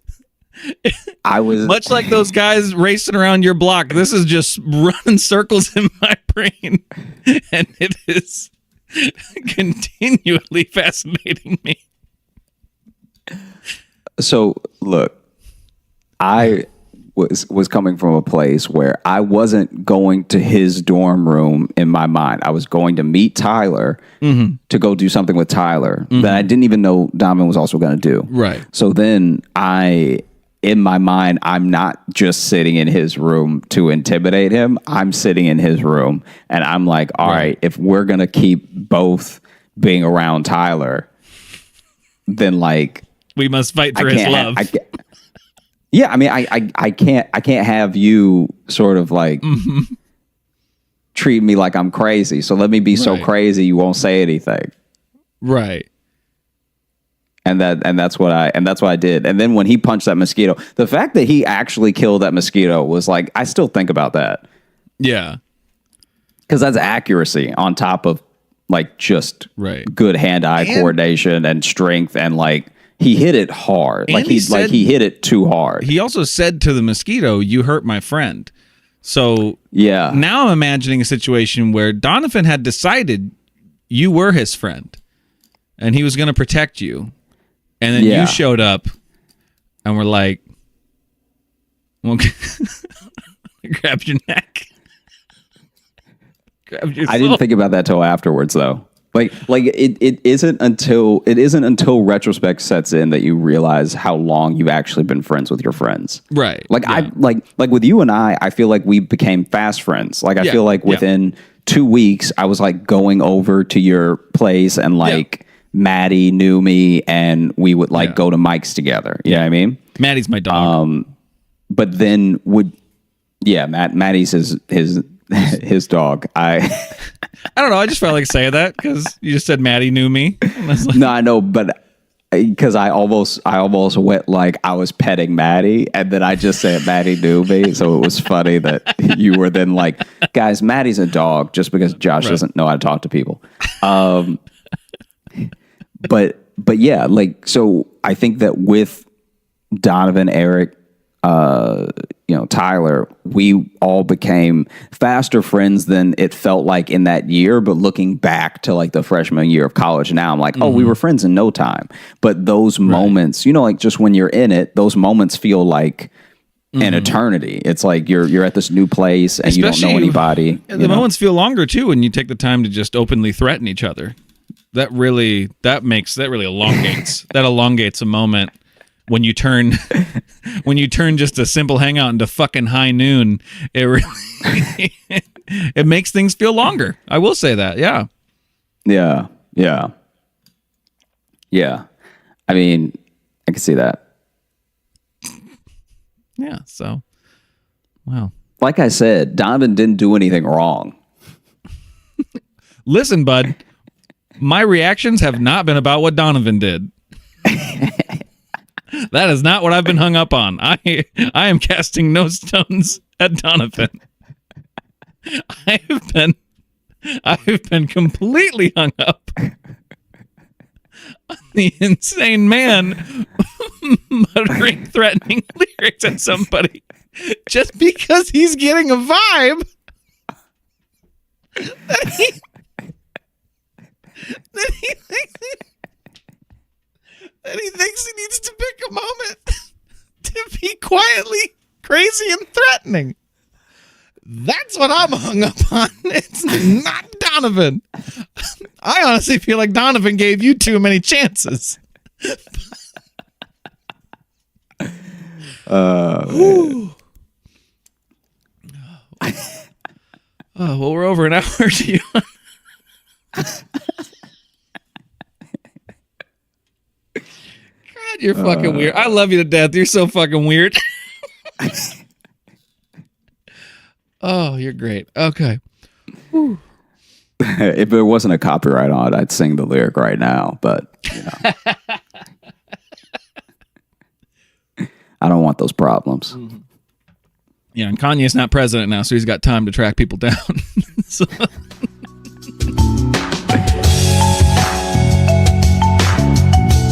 Thank Thank you so much for listening to the Josh Johnson Show. I am so happy to be doing this podcast with one of my best friends that I became fast friends with, and not, in a weird battle over time and lyrics for us to figure each other out. If you're looking for more of us, you can find me on social, on Instagram at Josh Johnson Comedy, on Twitter at Josh Johnson, at Facebook at Josh J Comedy, and YouTube at Josh Johnson Comedy, where very soon we are going to start posting videos of this very podcast. If you want to see what our faces look like while we're reacting to each other's stories, then that'll be where you can do it. And if you're looking for Logan, you can find me on Instagram at Logan M. Nielsen. And if you want to get a hold of us at the show, you want to send us an email, you can do that at joshjohnsonshow@gmail.com. You can send us a question or just a review, drop us a line. We're covering those right now in what we're calling our Monday mailbag. We're testing that out. We'll see, but we're going to handle those there for a little bit. And because it's been fun giving them a little more time, a little more space to breathe and not worrying about, right? Don't you think so? Yeah, for sure. Yeah. Wow. Thanks for that enthusiastic endorsement.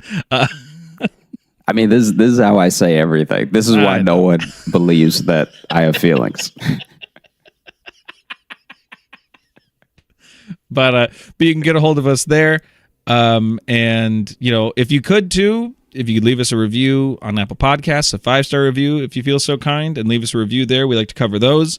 And if you could follow us on Spotify, subscribe to us on Apple Podcasts, or if you could just get some friends to listen to it, go to your friend's dorm room, put on this podcast, just like say some weird, vague, threatening shit. Do whatever you can. Just spread, help share the show, with your friends. Was that a dig at me? No, I don't know what you're talking about. Okay, just checking. Yeah. No, we're good. It's a mosquito there. Don't fuck with me.